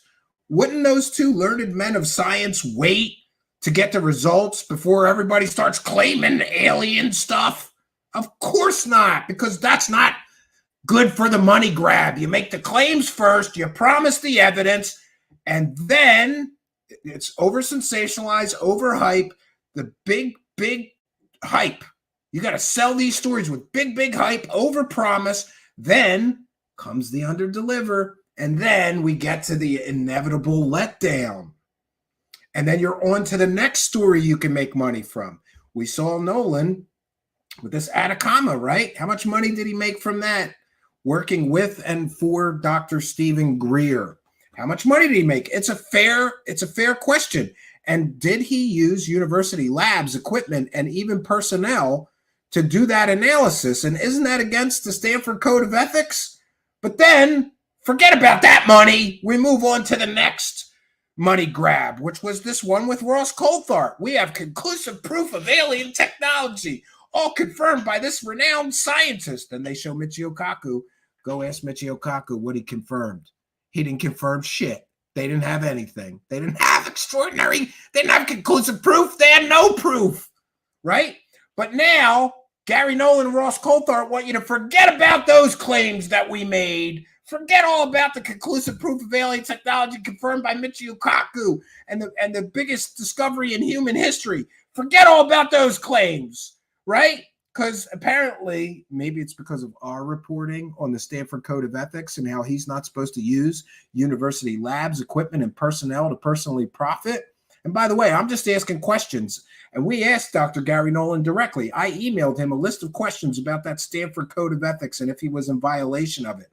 He refused to answer the questions, stating that I was spreading conspiracy theories about him? Isn't it a fair question when right on the website of Stanford Code of Ethics, it says you cannot personally profit from university labs, equipment, and personnel? Was the university aware that he was taking side gigs and, in my view, whoring out Stanford University labs for UFO stories that all turned out to be fake and not real? At least the original claims hyped up and made all turned out to not be real. It's a big club, friends, and these are all the people around David Grusch. David Grusch works directly for Gary Nolan in an organization, and guess who else is involved with that? Christopher Mellon and others that were directly involved with TTSA as well. It's a big club, and I ain't in it, so I can tell you the truth. And isn't it pathetic that we have hundreds of UFO shows on YouTube, but we're the only people asking these hard and critical questions, and most other people are simply doing the UFO circle jerk. That's what they do. They're UFO circle jerkers. They hype up each other's fantastical claims. They don't demand critical thinking or hard evidence before accepting claims, these fantastical claims made. And then there's the forgiveness of all the past claims and money grabs that didn't turn out to be what they were originally, hyped up as. I think this is extremely important. And again, we have to view all of this through the lens of history.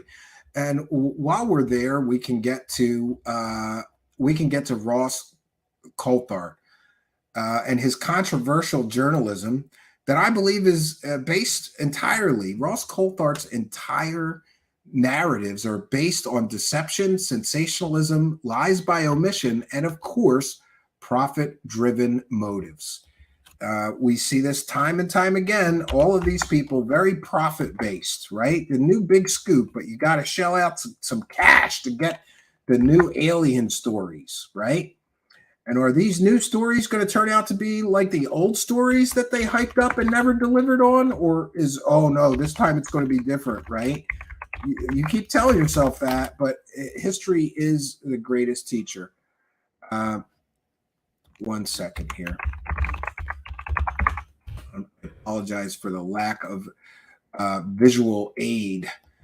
So I'll just share this. I think we're all well aware of who Mr. Coulthart is. If you follow our show, you'll know he's a disgraced journalist, former 60 Minutes reporter, whose contract was not renewed after a particularly false and deceptive and misleading story was, dare I say it again, overhyped and then under-delivered on. And then it led to the big letdown. And in fact, one of the person that he used as a source and didn't vet properly like a real journalist made all these claims about child-related crimes and the British government.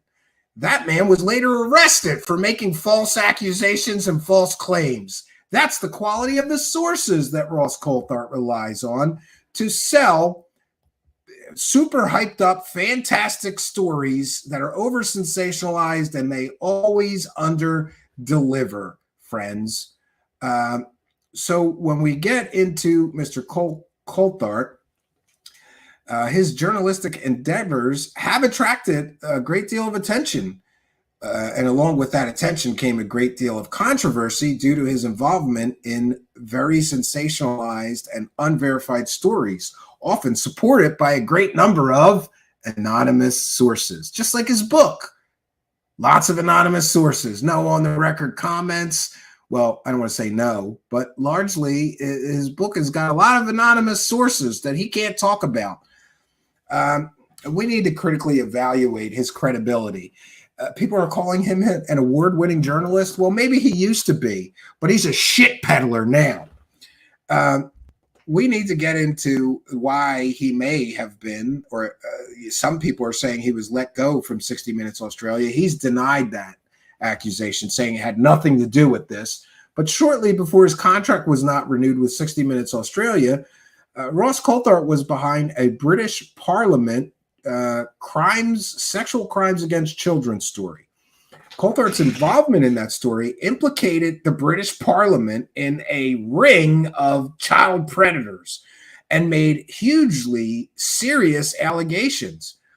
And that story drew widespread attention and eventually criticism when the story that he was selling fell apart due to terrible sources, people with a history of lying and telling fantastical fairy tales, and a lack of actual journalistic investigation into the story before running with these very serious accusations.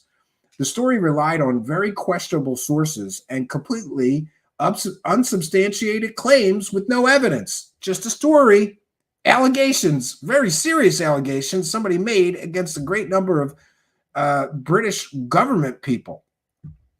And this, of course, led to accusations of deception and misinformation in a piece by Media Watch.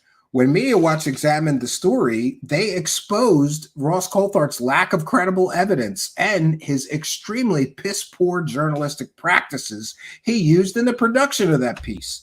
Shortly afterwards, there was a departure from 60 Minutes Australia, because following the controversy of that story, and its subsequent criticism by Media Watch and other real journalists, Coulthard's departure raised questions about the impact of credibility concerns of his so-called journalist career. The story's lack of substantiation and resulting fallout, some say, likely played a role in his departure from the 60 Minutes Australia program. He has made dubious claims about aliens and extraterrestrial technology since that story and the separation from 60 Minutes Australia. Coulthard's foray into the realm of UFOs and extraterrestrial phenomenon has been marked by sensational claims and a lack of any real or verifiable evidence. Do you see the theme here? All these people make these huge claims, and then they don't deliver on the actual evidence. His assertions previously of having, quote, conclusive proof of alien technology, all confirmed by this renowned scientist, Michio Kaku, would seem to be deceptively edited to include endorsements from renowned physicist Michio Kaku. And those claims and the deceptive manner in which he edits pieces to sell a fantastical fairy tale that's completely and totally false, not true story, those attempts by him to sell completely fake stories have drawn skepticism from both the journalist community and the scientific community. His claims about giant spaceships on Earth, alien technology, back engineering programs, and even alleged alien bodies raise concerns about the veracity of his sources, which are often anonymous, and the credibility of his narratives. Could it be that he intentionally overhypes, over-sensationalizes, and then inevitably under-delivers when it comes to providing the evidence of his claims? There's also, of course, the profit-driven motives and sensationalism, because there's a reoccurring theme in Coulthard's journalistic pursuits, and that is profit-driven motives. He needs book deals, documentary deals, TV show deals, and more. Big money gigs bringing a big story to News Nation, who, by the way, is directly connected to George Knapp's Mystery Wire. It's all a big club. Critics like me argue that his inclination to promote sensational and unverified stories is often accompanied by book deals, documentaries, TV shows, and other revenue-generating ventures, raises very, very serious ethical concerns about his jump and his rush to prioritizing profit over actually providing real and verifiable evidence, and over his own journalistic integrity. Some would say his lack of journalistic integrity. Pardon me. Mr. Coulthard, his journalistic career has been marked by a great amount of controversy, an incredible amount of sensationalism, and unproven claims. While his stories may be successful at capturing public attention, the lack of evidence that he sometimes overhypes and over-sensationalizes and promises before the money grab is finished, as well as the lack of credible evidence, questionable sources. All of that underscores the need for critical scrutiny and skepticism about any stories or any claims being made by Ross Coulthart. And again, what we get with Ross Coulthart is an inability to answer hard questions. Have a hard question, you get blocked, right? But he will do the circle jerk shows where they just let him tell fairy tales unchallenged. That's the way that this whole thing has worked. Ross Coulthart has been a garbage peddler for some time. And for anyone to suggest otherwise shows their ignorance of his actual history and track record of selling provably fake stories multiple times now.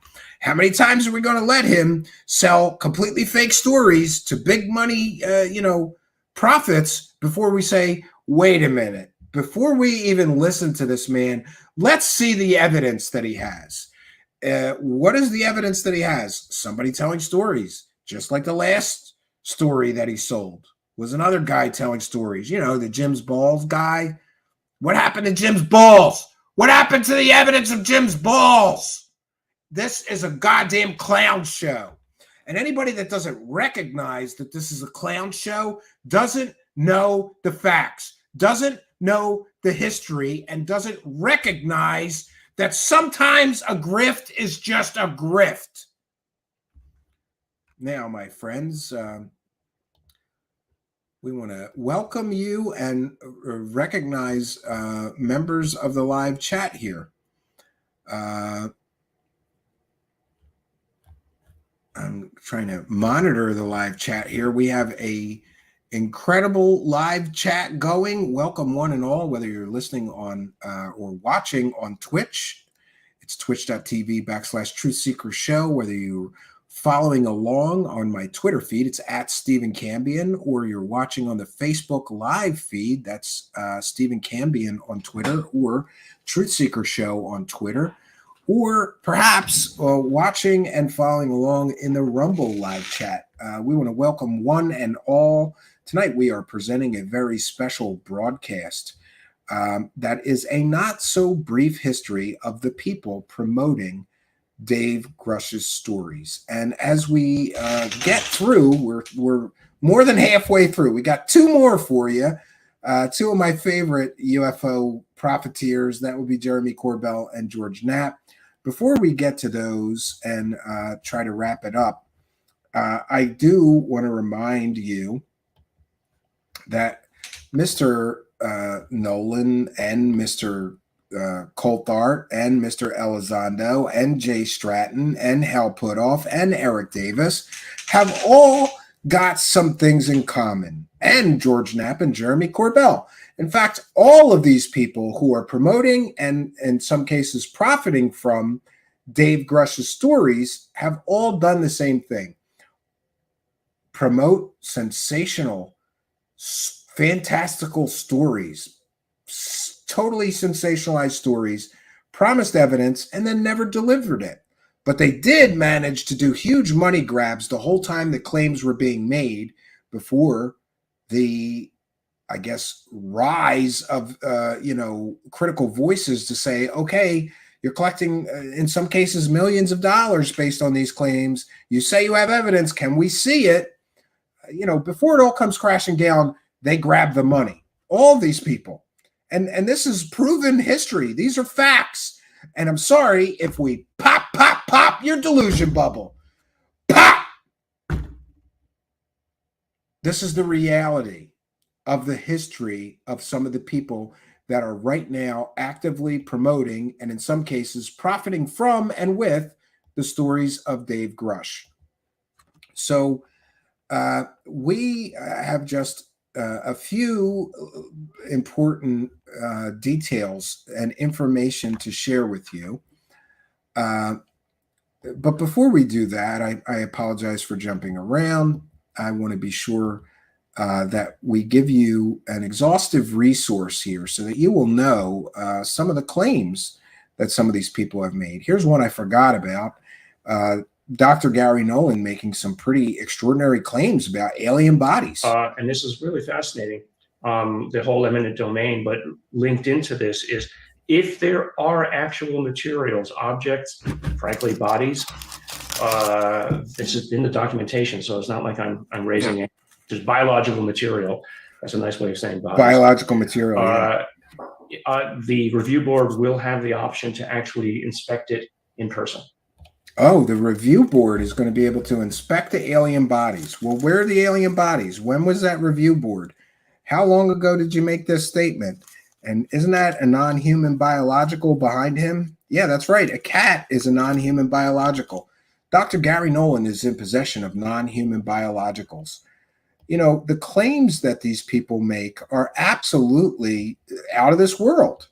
And the fact that they're so easily able to make these fantastical claims without any scientifically verifiable evidence of the claims being made, I think that more than anything speak volumes. And there is, of course, news stories being generated about egg-shaped non-human craft recovered in the 1980s. These people haven't proven any of their past claims. They're on to new claims. That's how this works. It's called the Cosmic Con Shuffle. You put out fantastic claims. You promise that this is a really true story, and we've got all this evidence. And then before you actually provide evidence of those claims, you do the money grab. Then you got to under-deliver because you overhyped and over-sensationalized the claims too much when you had scant or little, some would say zero, evidence of the claims made. And then you do the Cosmic Con Shuffle, and you come back with news stories. That's how this whole cycle works. So we are going to explore the last two contestants here. But before we do that, now it would be a good time to remind you that we are a viewer-supported show. And by the way, I got told I was running a grift on Twitter today because we have some videos behind a paywall. But what people don't understand is that all of my content is now and will always be free. People can choose to support us. We're not making millions of dollars lying to people.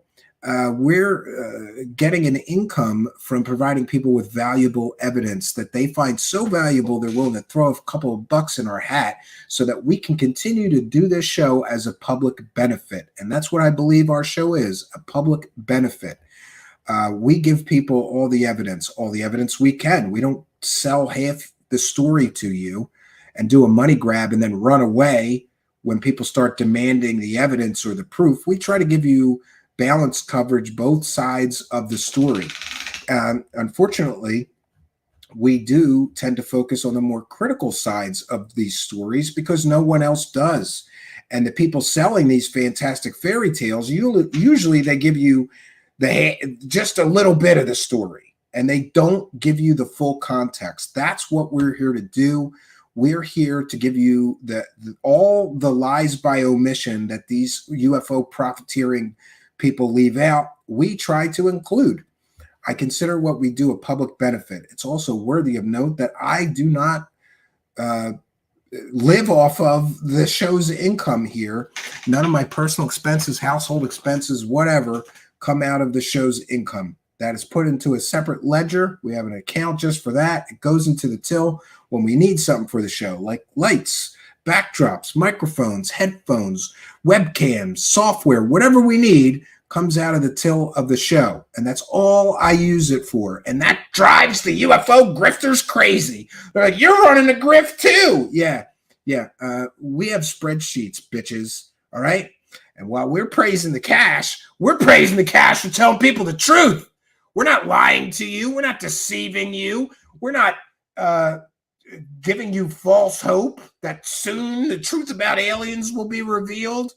And we're equally not making millions of dollars. Our show gets a very modest income from people throwing a couple bucks in our hat or becoming a Patreon supporter and getting, early access to the videos before they're posted at times, or whatever other benefits that we can give to thank people for their kindness, generosity, and support of the show. In any case, It's enough to rebuff those people.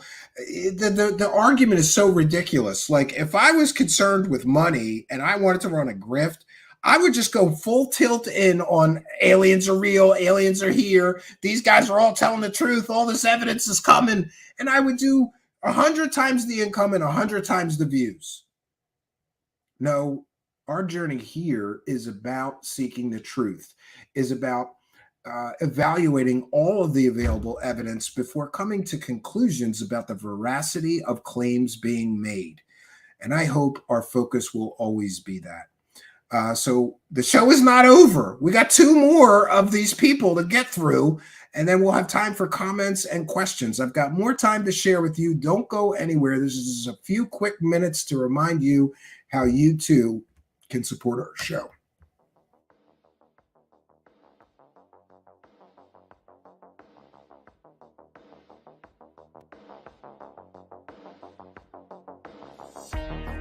Truth Seekers is a viewer-supported show.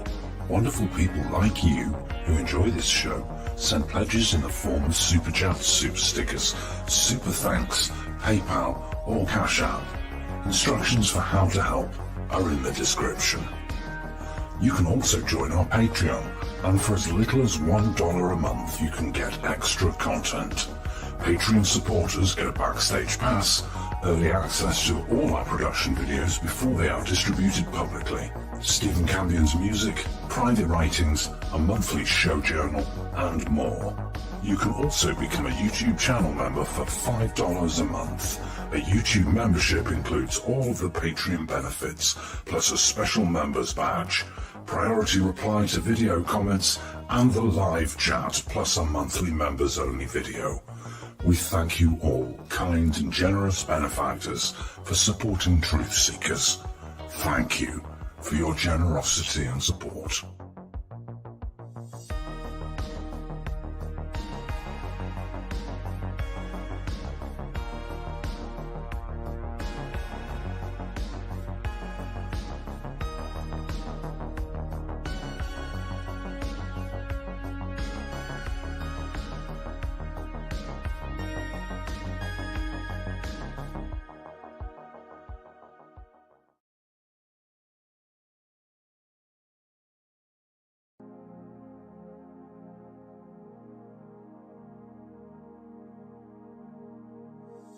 Truth Seekers is a viewer-supported show.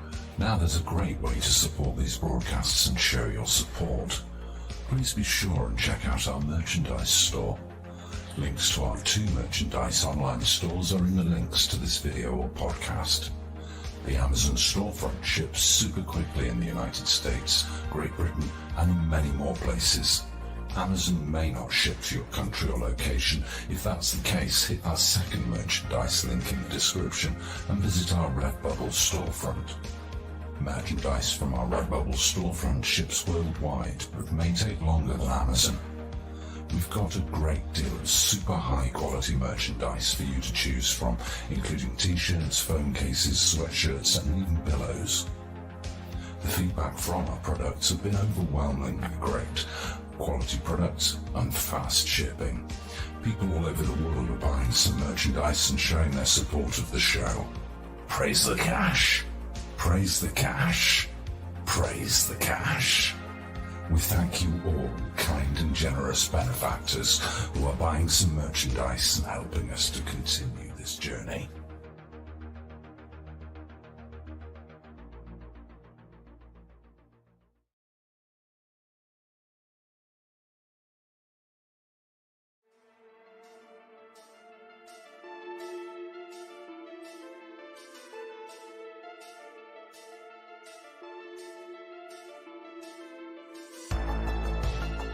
Thanks for being here. This is Truth Seekers with your host, Stephen Campion. Please rate, like, and comment on our videos or podcasts. If you are listening to an audio podcast, please rate us 5 stars to help us rise in the search rankings. If you are watching on YouTube, please like, comment, and subscribe to our channel. If you're listening to an audio podcast, we love and appreciate you listeners, but you are missing the live tapings. All our shows are recorded live with video feed. We'd love you to come be a part of our live broadcasts and tapings for the podcast. Head on over to YouTube, click the search tool, the little magnifying glass, put Truth Seekers, one word in the search bar, and hit enter. You'll see a strange and mysterious guy with sunglasses. That means you found the channel. Go there, smash the subscribe button, and hit the notification bell to receive up-to-date info on our YouTube channel. We welcome you to be a part of our live taping and our chat group during the live broadcasts. Seek the truth. Speak the truth. This is Truth Seekers. Truth Seekers.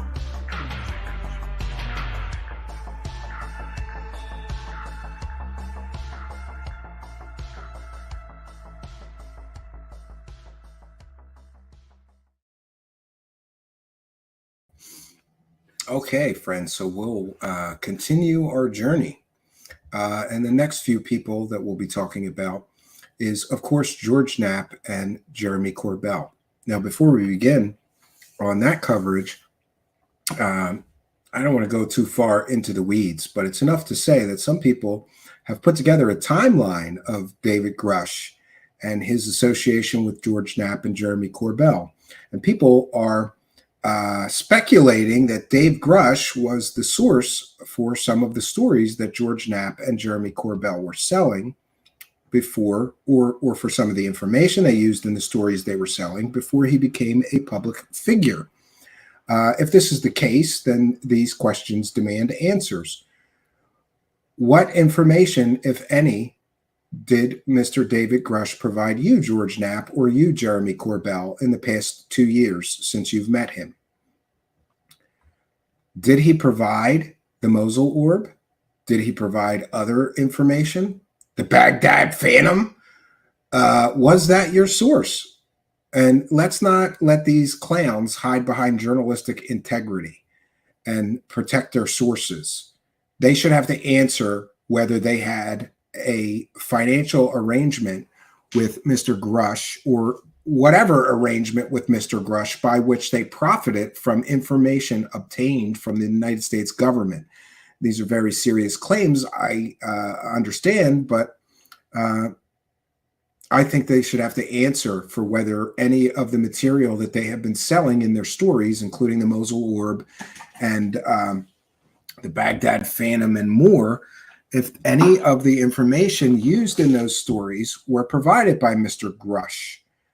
People are speculating wildly that some of the so-called retaliation he may be filing complaints about was because he was leaking information from classified briefings to members of the media that sell stories about UFOs or aliens. I freely admit that this is speculations and rumors, but I think that these questions are important questions that Mr. Knapp and Jeremy Corbell should have to answer for. And now we begin, of course, with George Knapp, who has been selling stories about aliens and UFOs for more than 30 years.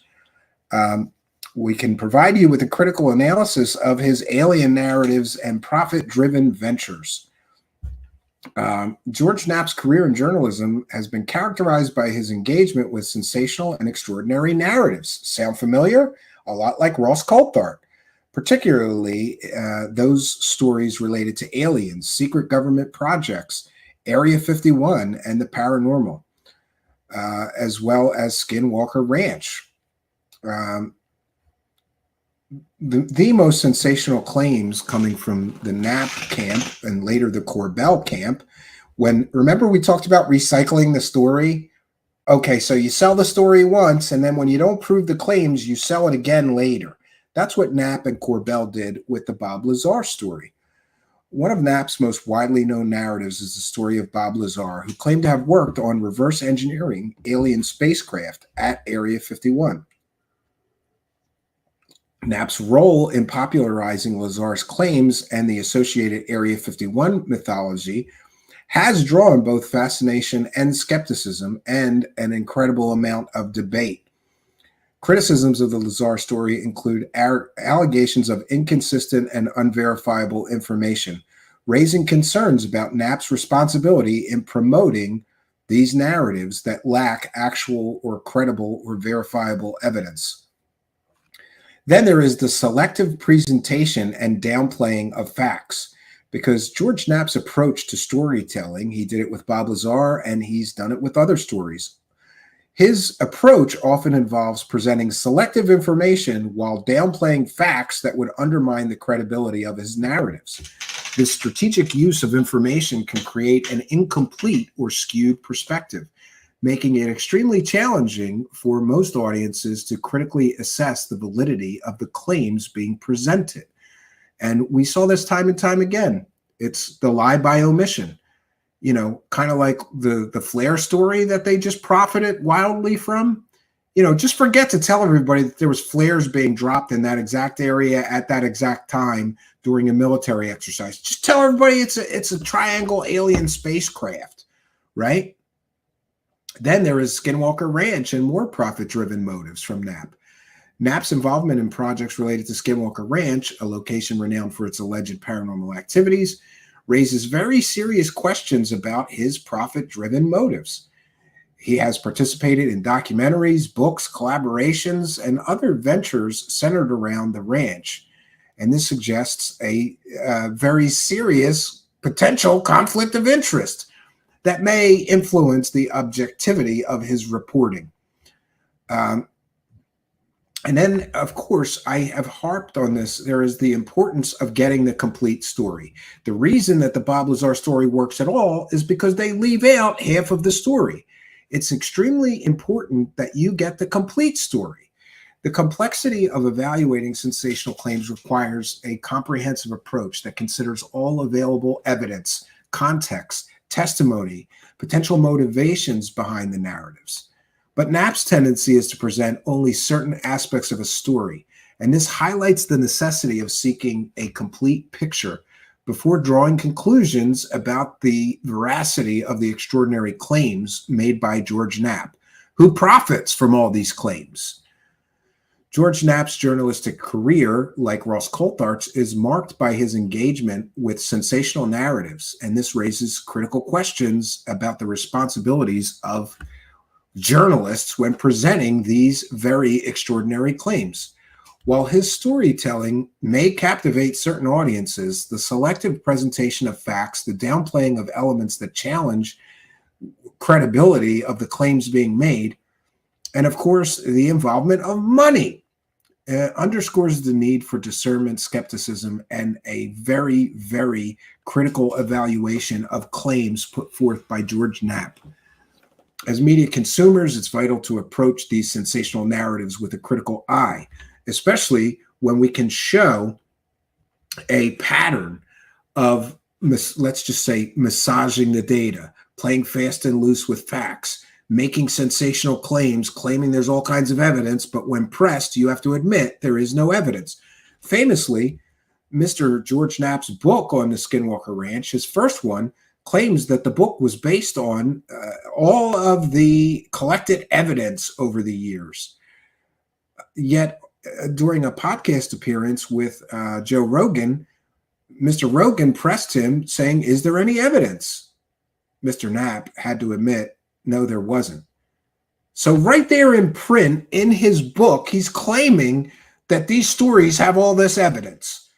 But on a podcast appearance with Joe Rogan, when pressed, is there any evidence? Well, no, not real evidence. Well, what is this? Land of make-believe evidence? This is absolutely ridiculous.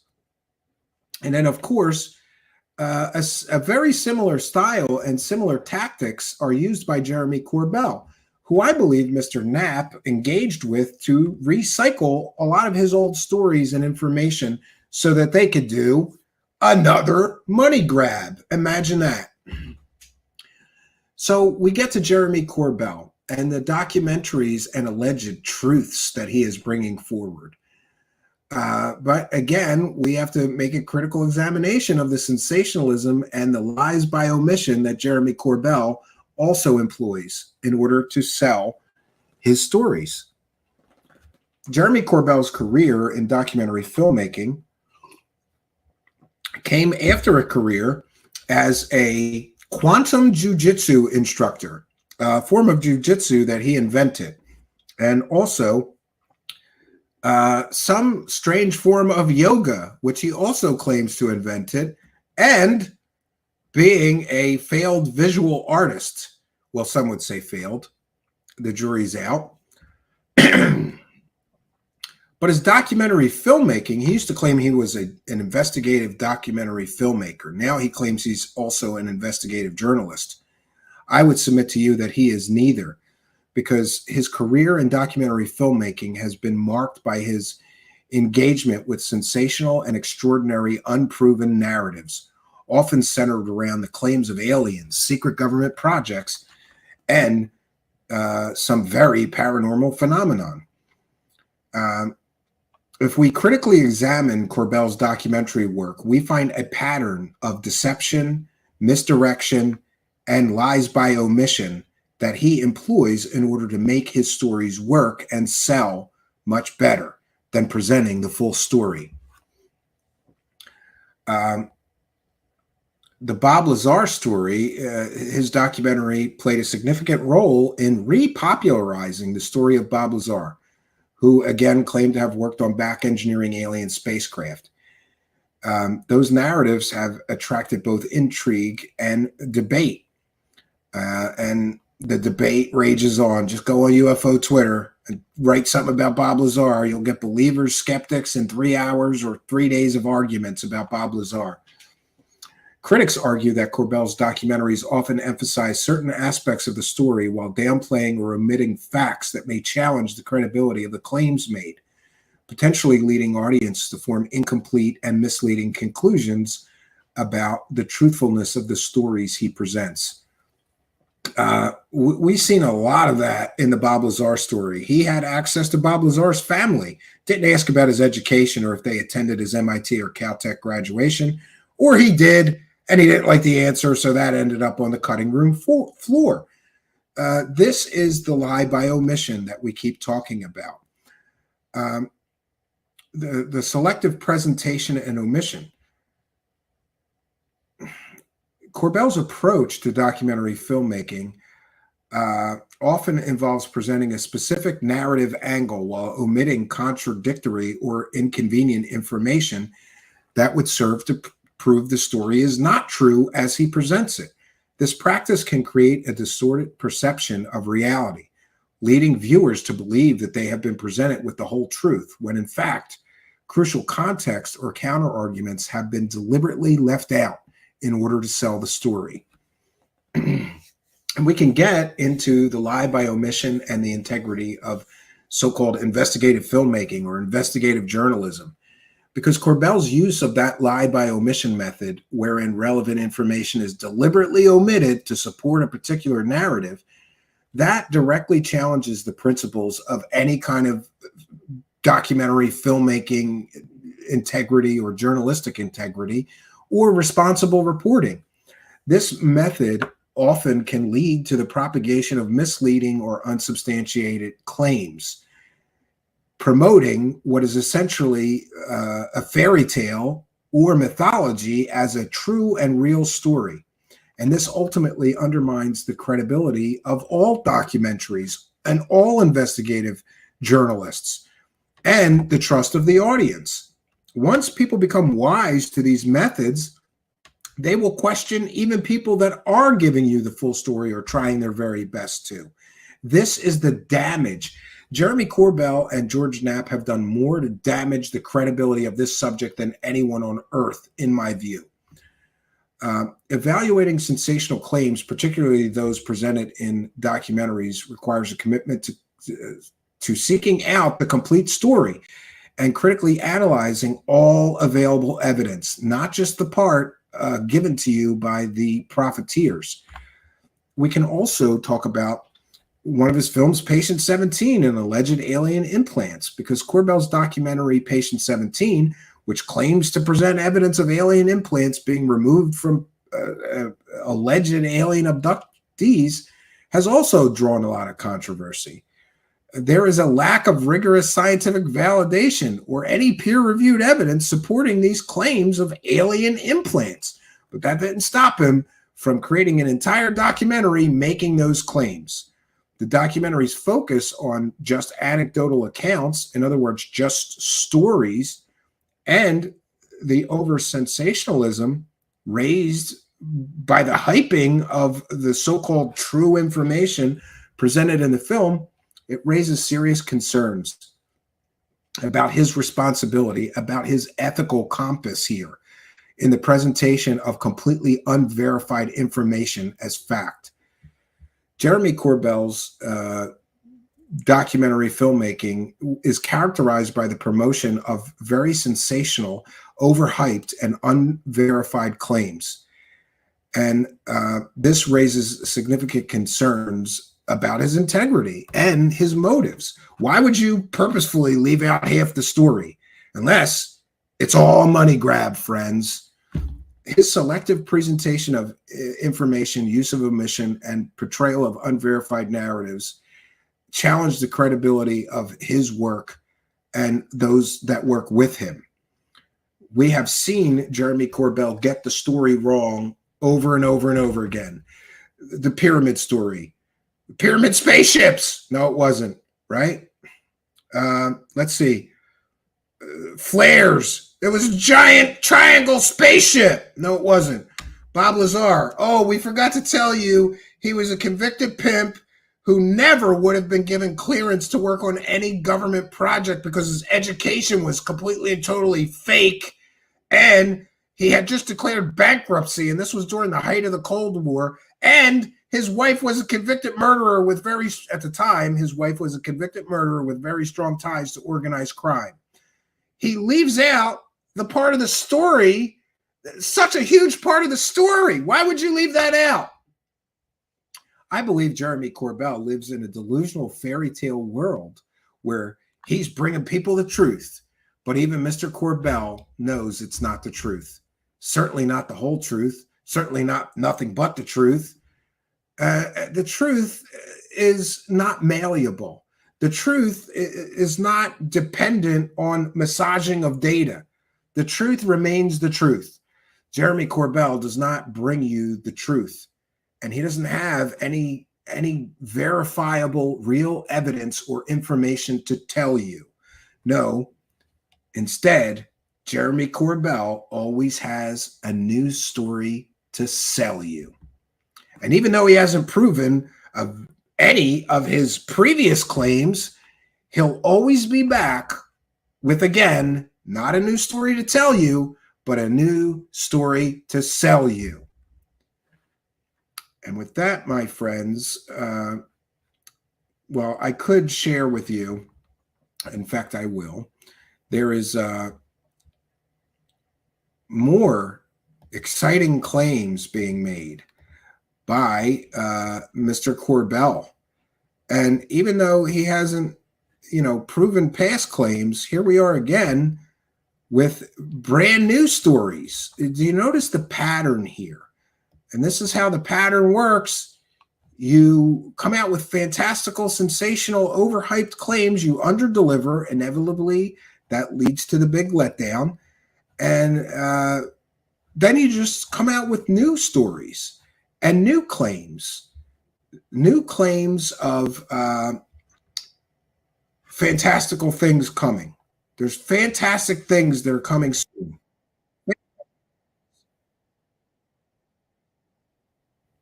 One second here. And Mr. Corbell, of course, is a media talking head, a so-called UFO expert. For being an expert, he gets an awful lot of things wrong, right? An awful lot of stories he gets completely wrong and does the lie by omission in order to it's like trying to push a dead horse up the hill. It's not easy. Fair use. This is a transformative work. We're educating the public and critiquing the video we're sharing. Do you think that some of the whistleblowers that we've been talking about... Oh, news stories! 40 whistleblowers or thereabouts in the wings, ready to go. What kind of state of readiness do you believe tonight those people are in? Armed to the teeth. Wow.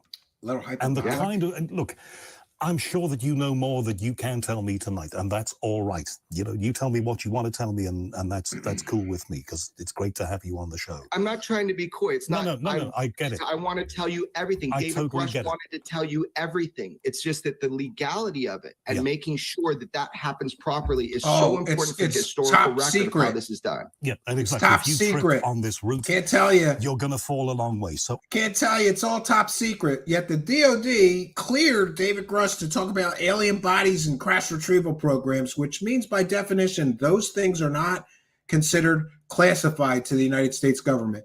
So why can't we get any evidence? Oh no, new whistleblowers. Well, the first whistleblower you put out there and you might have all made destroy a perfectly good career. He hasn't proven his claims. Now we're getting the kick the can, chase the carrot treatment.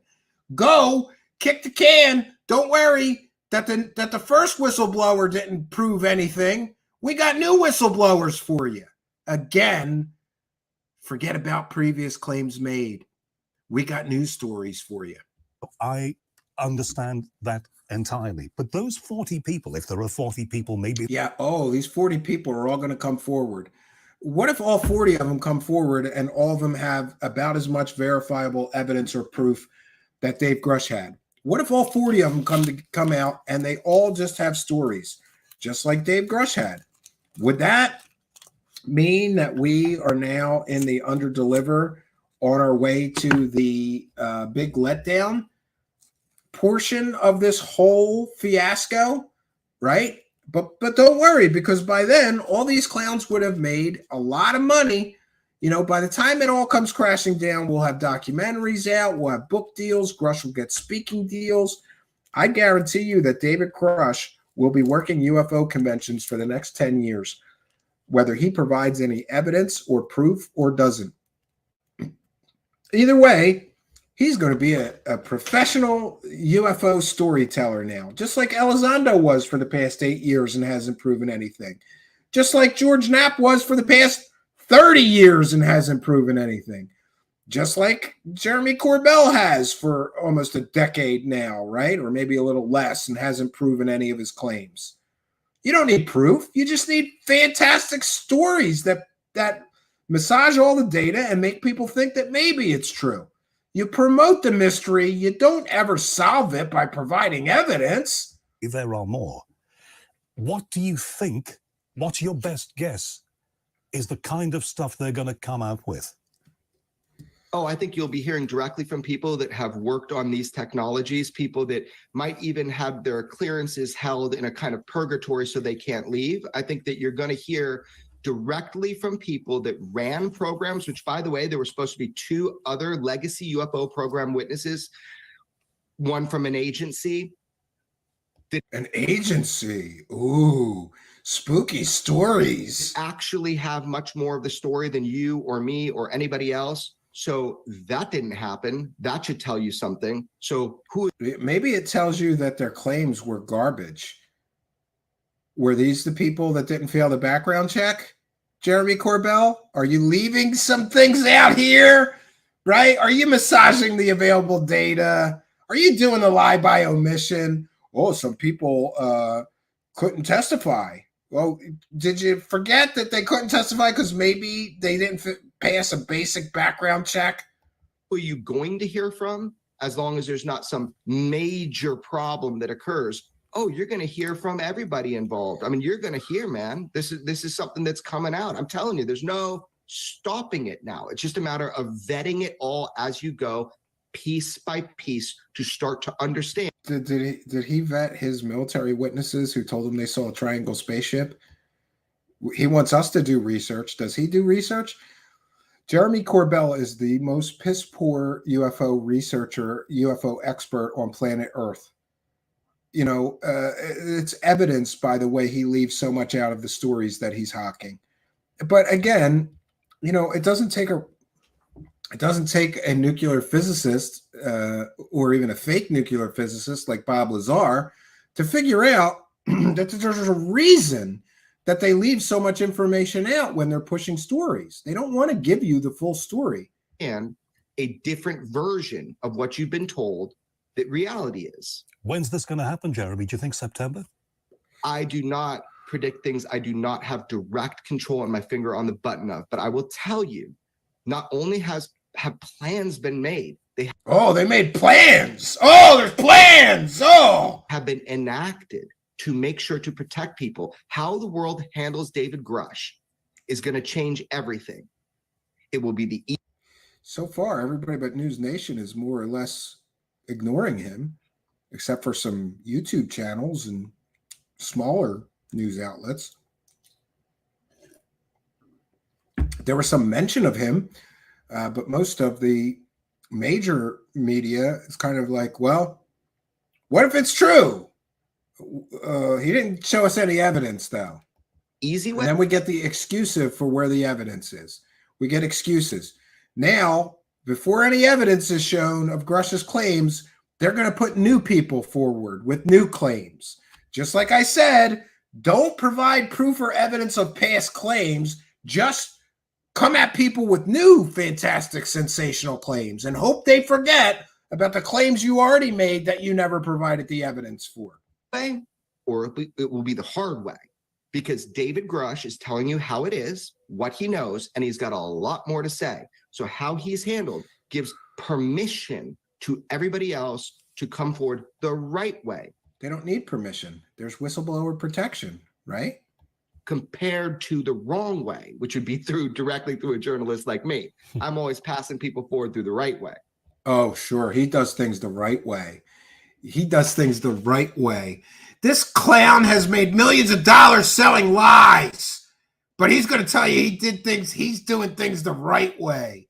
He just bought $1 million house somewhere that he made. The house was built on lies, bought on lies. Congratulations, Grifty McGrift a lot. Listen, people know and can understand that I am not somebody to mince words. These people are actively deceiving people for profit. And listen, if you're going to make absolutely world-shattering, fantastical claims, you better come with some evidence. Don't come with, oh no, there's some new people are going to tell new stories. Don't worry about the old stories and proving those. We're moving on to new stories from new people. And the cycle repeats, rinse and repeat, and rinse and repeat, friends. So this will conclude our presentation. I'm going to take some comments and questions from the live chat. Thanks so much, all of you, for being here. If you're just joining us, we have tonight provided a presentation of a not-so-brief history of the people promoting David Grusch's claims.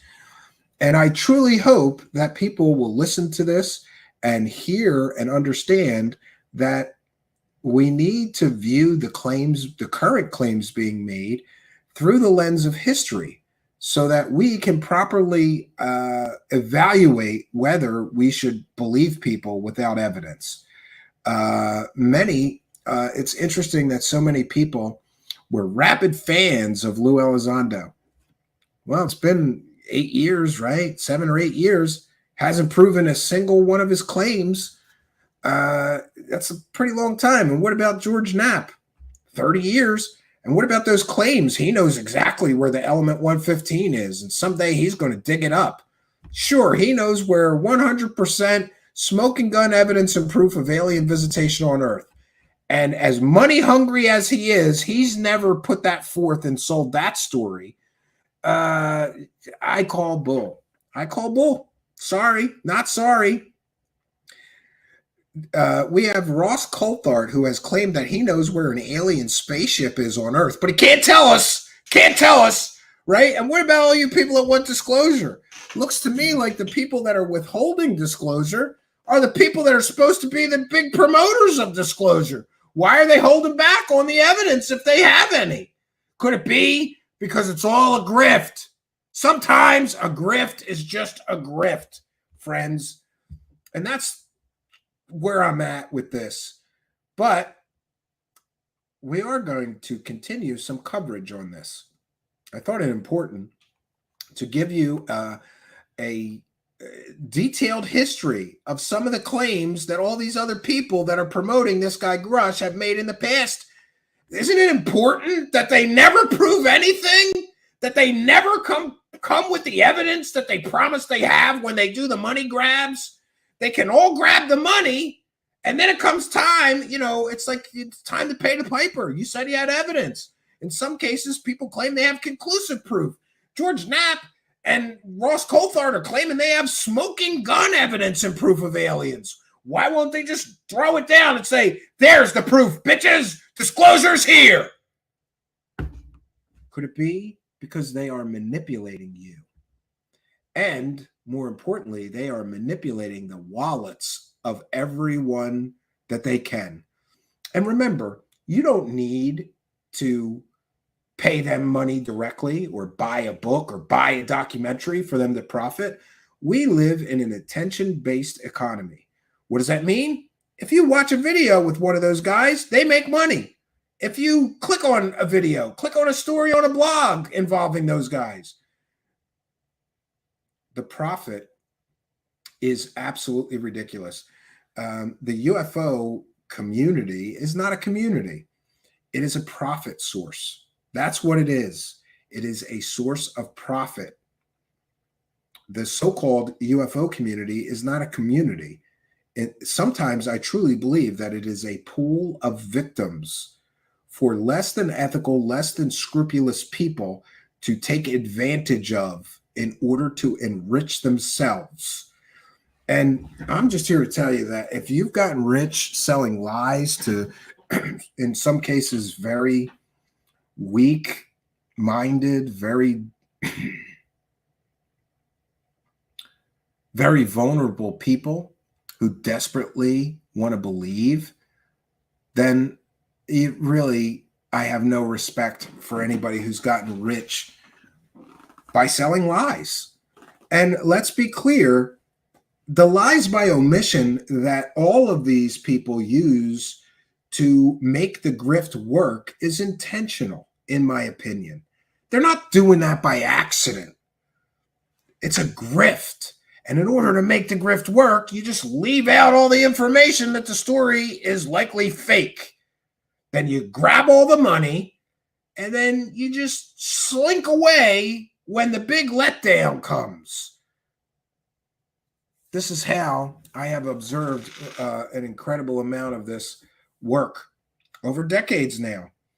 And if I could do it all again, I would take every bit of time back for every book I've read, every documentary I sat through, every blog post, website I've read, forums I've participated in. I would take all of that time back and I would do something more meaningful with every minute of that time, because you too can waste decades of your life chasing the carrot. You too can waste decades of your life, trying to catch that can that these people keep kicking. If you're looking for truth, people who are proven deceivers of men is not a good place to look, my friends. And that's where we're at, and that's where we find ourselves. Now I'll take some comments and questions from the live chat. Matt G is here and says, it's straight up for entertainment. Yeah, but a lot of people are here for answers. If I want to be entertained, I can watch Star Wars, or science fiction. By the way, that Ahsoka looks great. I'm looking forward to that. I'm looking forward to Mandalorian. I'm looking forward to if there's going to be another Star Trek Picard or related Star Trek Picard series. People are talking about Generations. I'm looking forward to some comic book movies and the reforming of the DC universe and the continuation, I hope, of the Marvel Cinematic Universe. If I want to be entertained, I'm willing to go to fictional sources. But people are not presenting this as fiction. They're presenting this as true, but they never prove it. And that's where we're at, and that's where we find ourselves.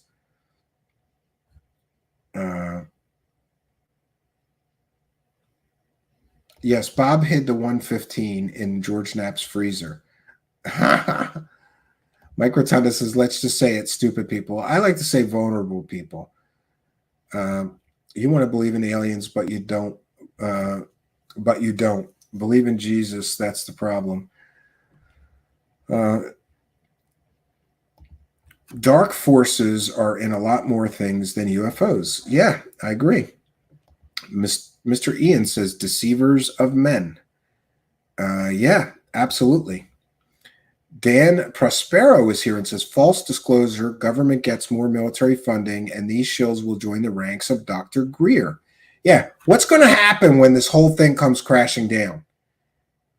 I'm telling you, they're all going to do the Cosmic Con shuffle. They're all going to take like a year off, and then they'll all be back with brand new fake stories that they equally won't prove.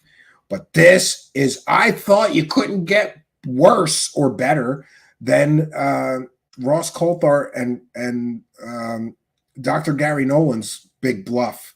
Remember? Conclusive proof of alien technology, all confirmed by this man. And they had no evidence, nothing. I thought they couldn't possibly bluff bigger than this. They're wasting Congress's time with this guy. Where is the evidence? Where is the proof? I don't understand. What are they going to do if they don't come through with the proof, dude? That's why I will say, like, 1% of me thinks there must be some kind of smoking gun evidence or proof, or these people wouldn't be so adamant pushing this grift cart up the grift hill here. Like, come on, they got to have something. If all they have is more people telling stories and no evidence or proof, this is going to be a real shit show. Mark Tarana says, I don't regret the time I've wasted. It's been interesting to say the least. Yeah, I guess it was interesting, right? Ganja73 says, your hair is growing out, Stephen. It looks great. Thank you. And my wife has just requested that I let it grow in just a little bit longer and then just get it trimmed up and leave it this length. I think she prefers it around this length. Too short before, too long before the big chopping off. So, guys, just do what your wife wants, because she's going to get whatever she wants anyway, right? She'll just keep nagging me until, I might get through 6 more haircuts that she doesn't like before I just do what she wanted and have a lot more peace in my life. So I'm just going to listen to my wife this time, find somebody to just trim it up and, shape it up so that it's a little more, orderly or whatever. Trim it up. Yeah, I'm going to keep it that way. Victor Wag, I believe in JC, Jeremy Corbell. Well, I'm sorry to hear that. Taxpayer says, put 115 in the hole, energy comes out the other hole. Yep, you're right. Fireflies in the Lighthouse says, we can get them on federal wire fraud charges. That's the best strategy, I think. Who knows? I've been going down the UFO rabbit hole since I've been a teenager. I'm in my 40s and we never get any hard evidence. Yes, and that's what I'm talking about, Matt G. We have to view all of this through the lens of history. History is our greatest teacher, after all. By the way, I did want to mention, I want to throw a tomato at them, says Bobby Broadway. And thanks, by the way, for being a member, and thanks to all of our kind and generous members. We thank all of you. It's so rare. They're just using it to make China and Russia fear what we have. Yeah, that's what a lot of people believe. At least you got hair. I got one hairstyle, shaved head. Hey, I'll get there. My widow's peaks are getting bigger and bigger. They're going to be back behind my ears. But I will say that so many of my friends that I grew up with went bald already, that every day is a gift. Every day I still got hair on the top of my head. I'm like, all right, it's getting thinner. The widow's peaks are moving back, but I'm still in the game, And besides that, Matt, it's good to have dignity. You know what I don't like? Guys who wear rugs or do a sweep over or comb over or any of that shit.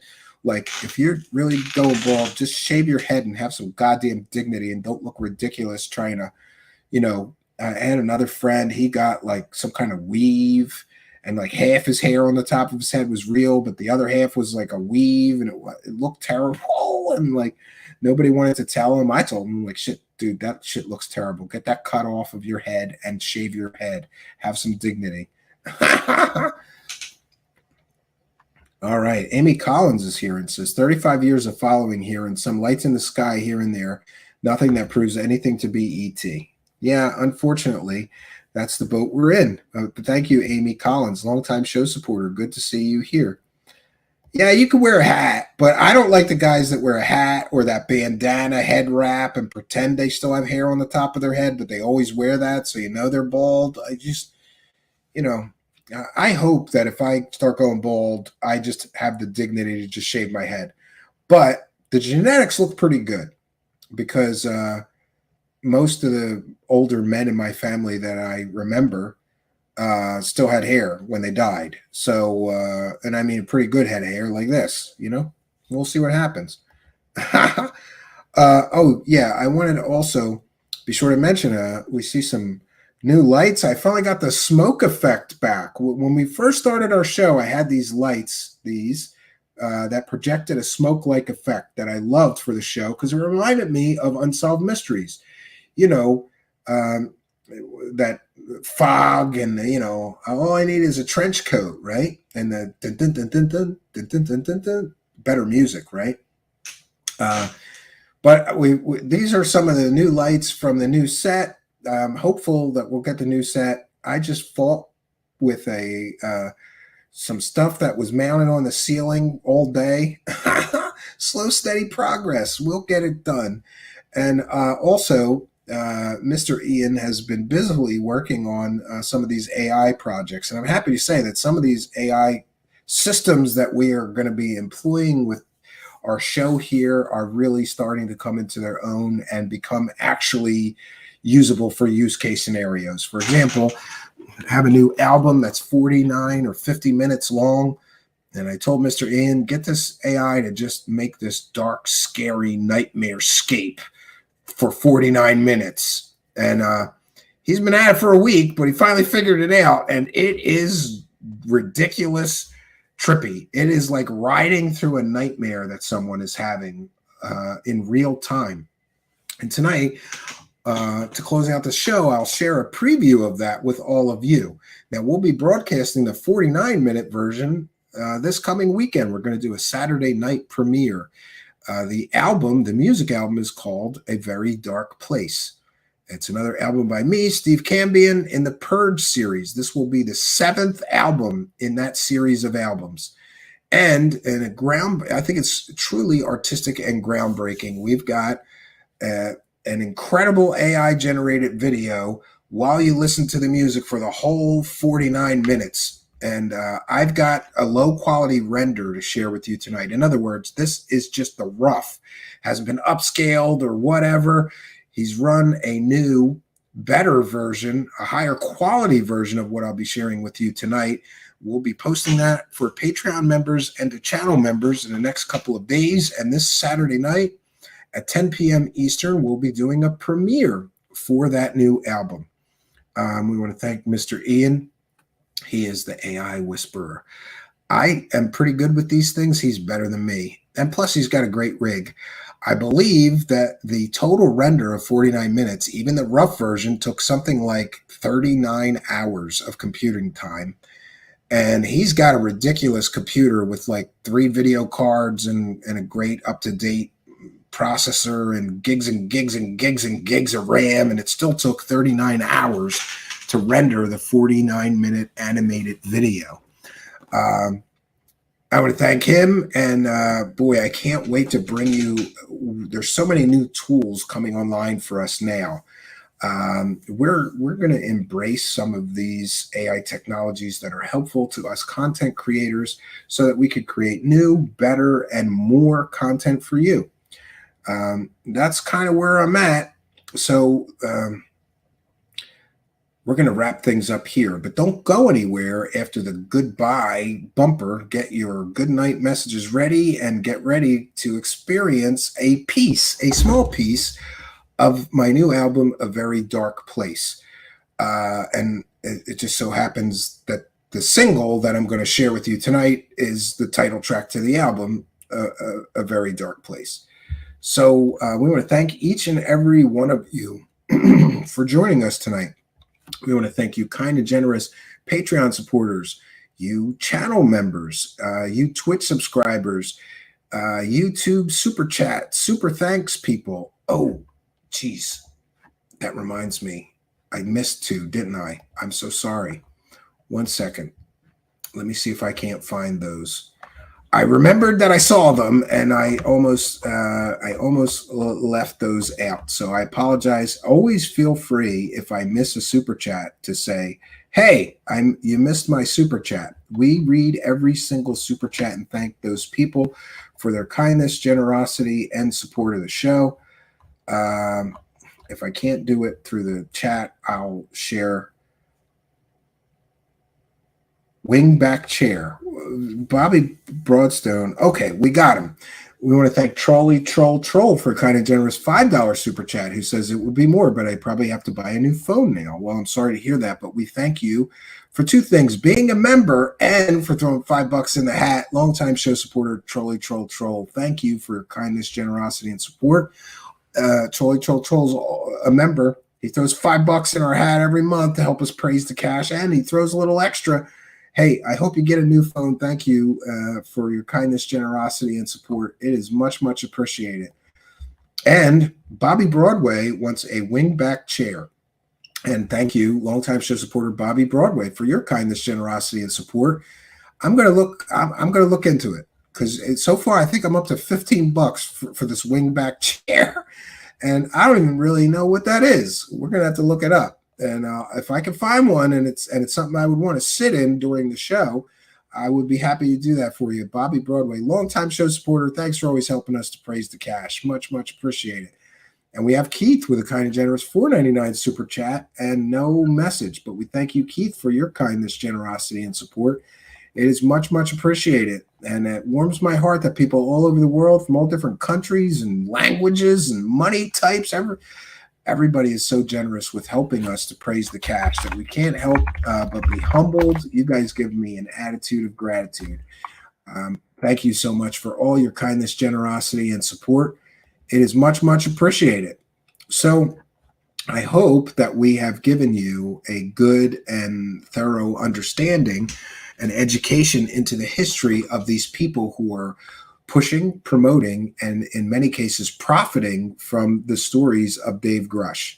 Will this turn out like all the other stories they pushed, over promoted, some would say over sensationalized, and many would say over profited from? Or is this time it's going to be different? This time we're going to get that disclosure. This time it won't be kick the can. It won't be chase the carrot. This time there's going to be evidence. Or is this just another cycle through the history of the UFO grift? Overpromise, underdeliver, big letdown. Are we in for a big letdown? Let me know what you think in the comments, or let me know what you think in the live chat. And get those wonderful goodbye messages ready. We are going to bounce on out of here. Still more questions than answers, but that's life, says Matt G. I agree.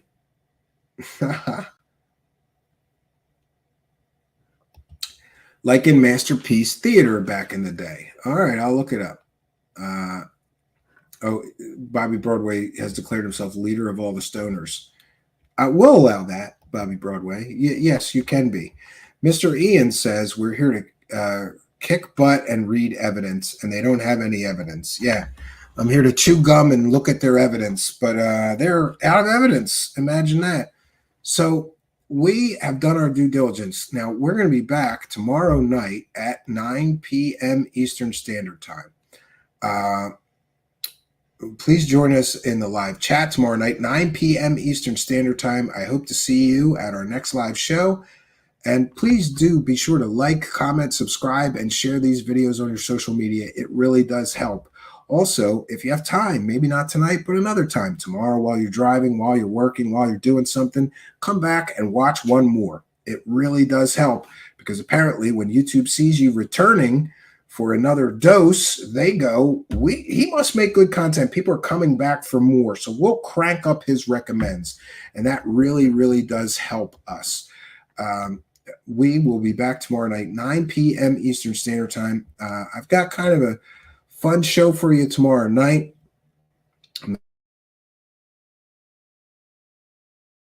but I'm sure that we will be here tomorrow night at 9 p.m. Eastern Standard Time. Hope you'll be here with us. We thank all of you, including all you fine and wonderful people in the live chat. We'll be back with more for you tomorrow night. But for now, that's all I got for you, folks. Until next time, my name is Stephen Cambion. Good night, and God bless all of you.